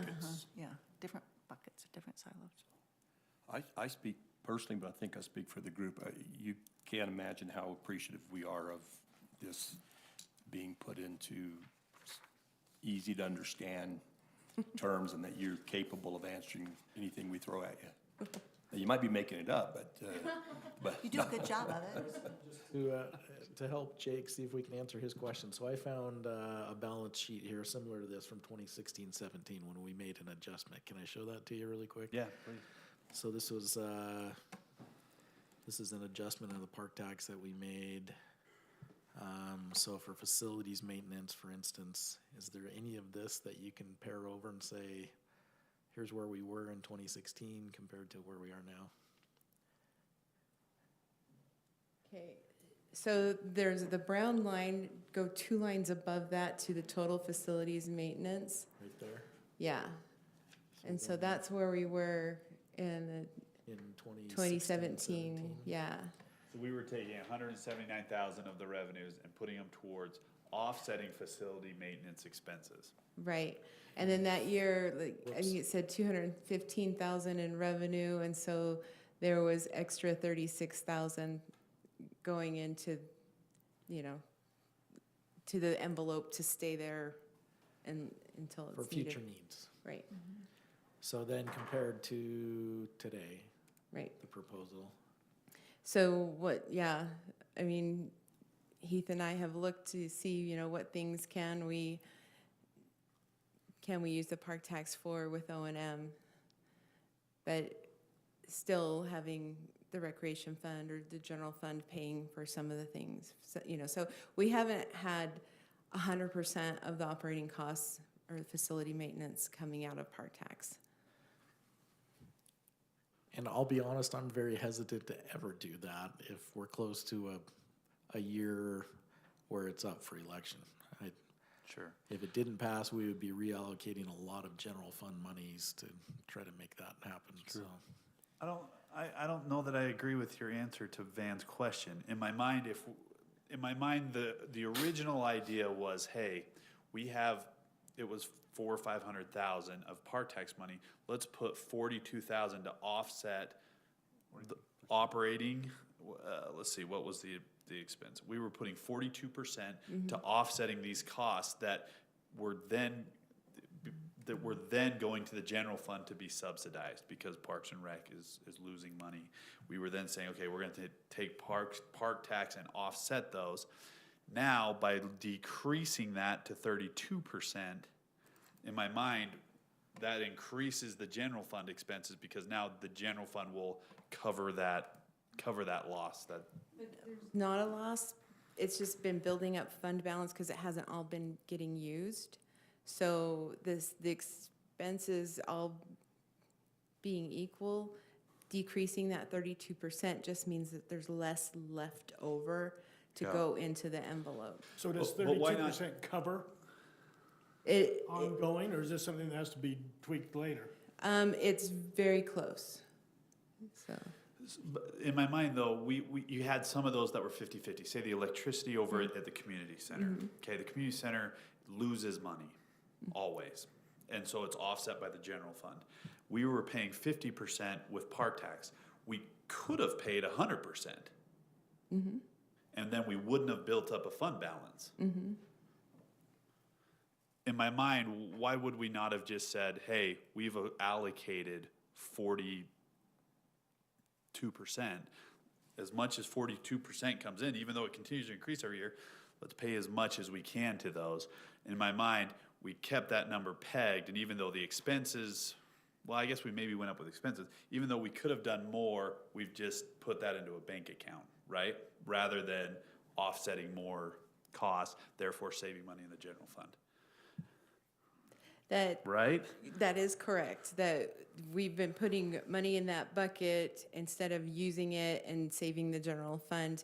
But we've wanted the general fund for like parks and vet hall, or the recreation fund for community center and aquatic center to also help with that, so that park tax isn't funding all of the O&M. And there's been projects, like with the aquatic center, like with the new slide. a lot of the maintenance on the aquatic center is capital expense because it's refurbishing the flow rider or refurbishing boilers. And so there's more park tax going over to the recreation fund to help pay for those bigger items. And so, yeah, I was just going with how we had always accounted for the expenses. Sure. How they were always getting coded. It could have changed. Part of the reason why we were approving the park slide and stuff, because it was gonna come, park slide, because it's gonna be paid for by the park tax.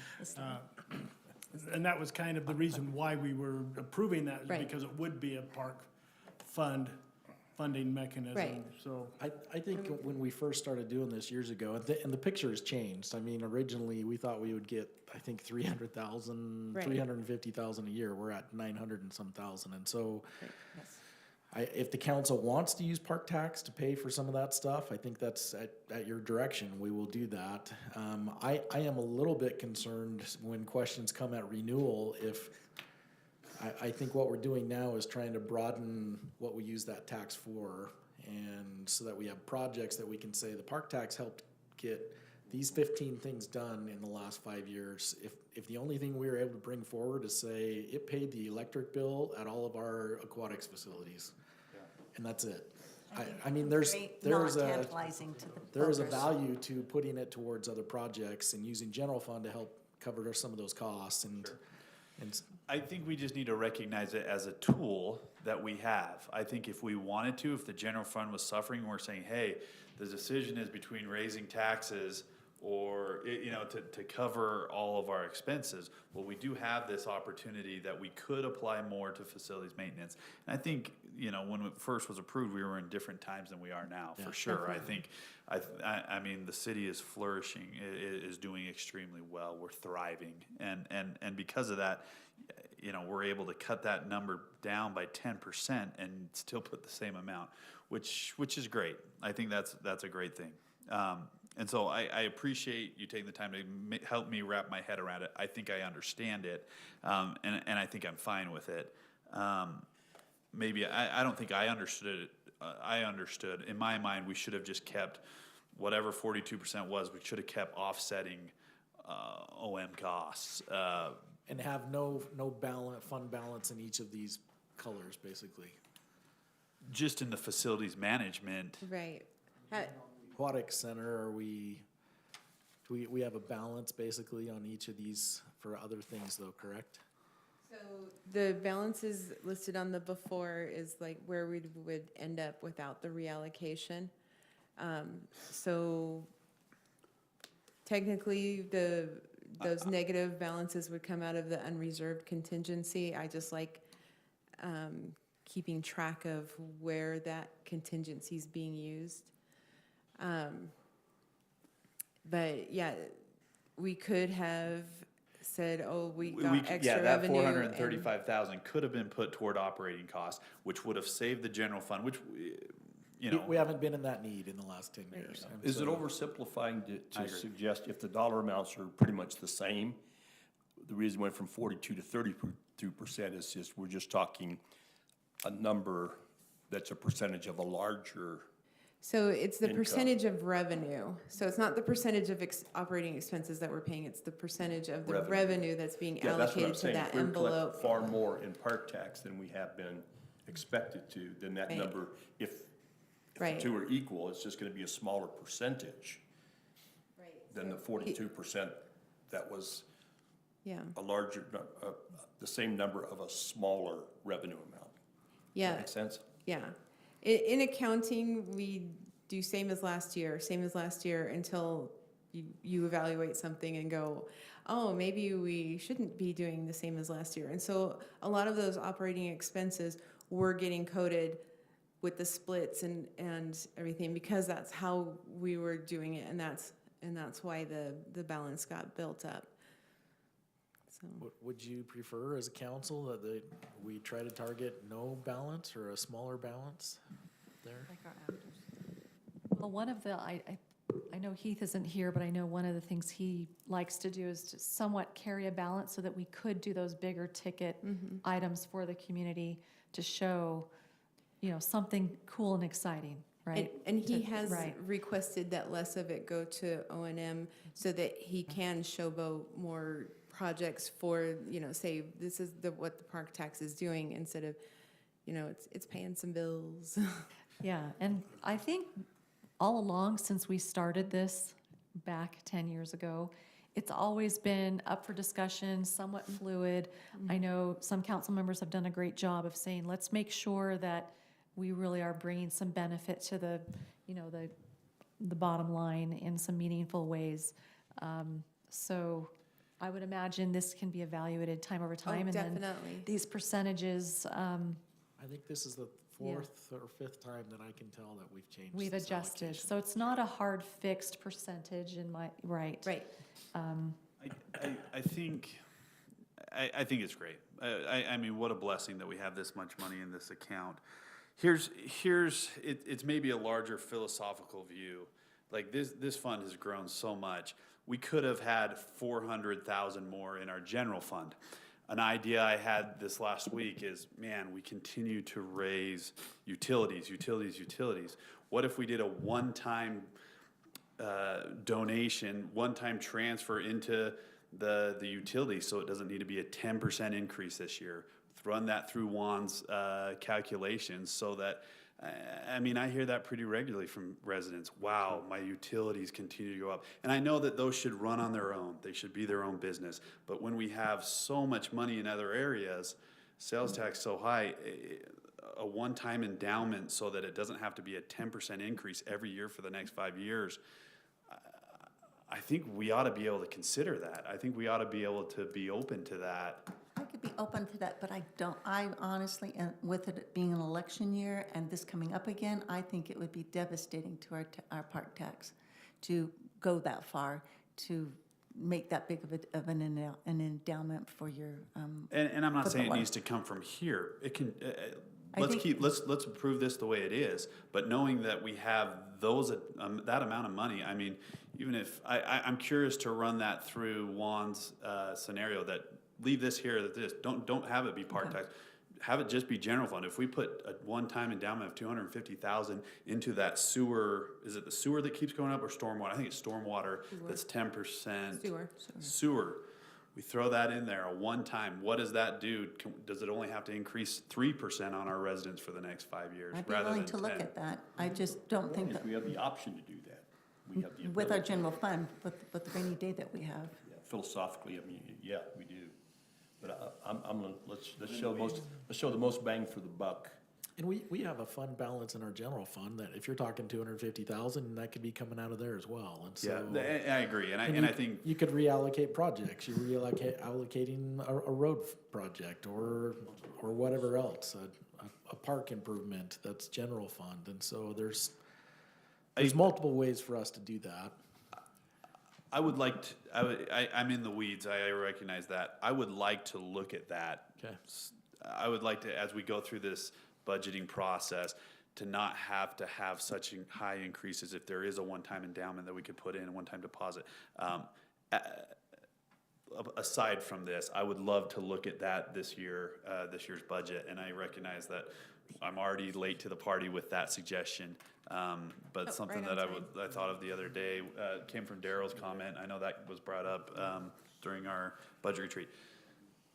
Bringing it back in, I'm comfortable with this change. I really am. But I think it's important for future councils to remember and know that this is a tool in lean years and hard years to say, hey, we can offset some of that facilities maintenance, which is hard because who knows how many of us will be here. I love having it as a tool. I would hate to use it now when we don't need to use it. Agreed.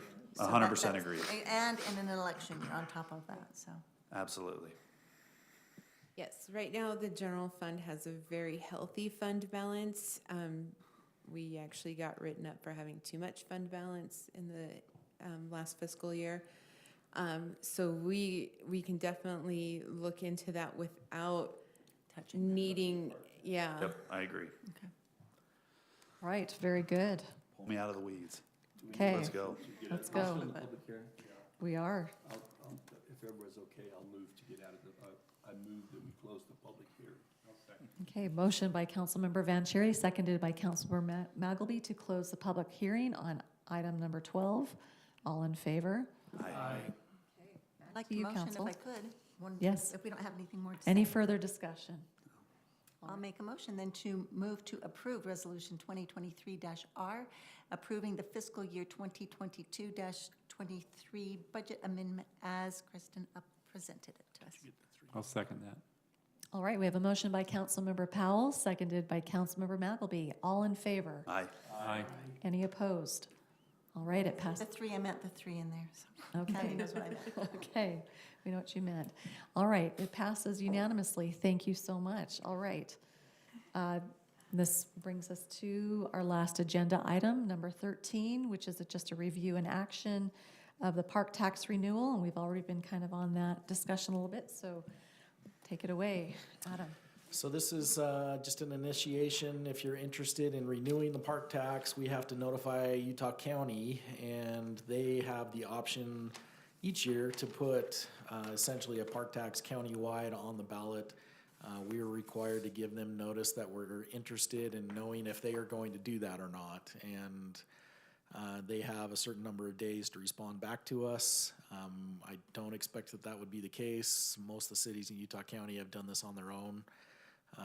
And so this is, if you want to move forward, passage of this resolution would be authorizing us to send this mayor that, or this letter that is, we've drafted from the mayor, to be sent with the resolution to the county, just asking if they intend to impose a countywide tax or not. And if not, then we can start the process to do it ourselves and get it back on the ballot. All right, any questions? No, I'm so excited for this, just as I was the first time around 10 years ago.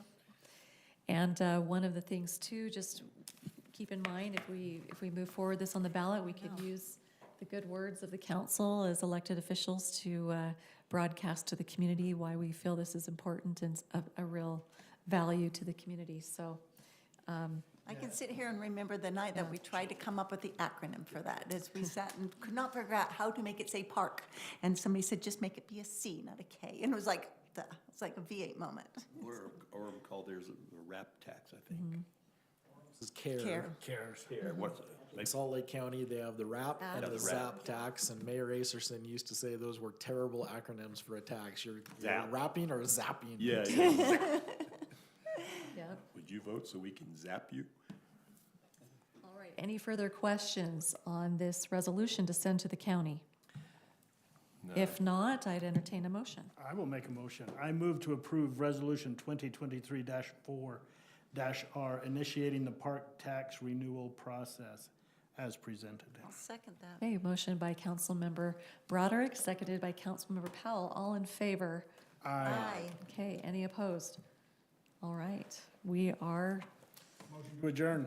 ready to adjourn. Motion by Van Broderick, seconded by Mike Vanchery. All in favor of adjourning? Aye. Okay, we are adjourned. So Good as evening. city council members, we can say, I love the park tax. I can put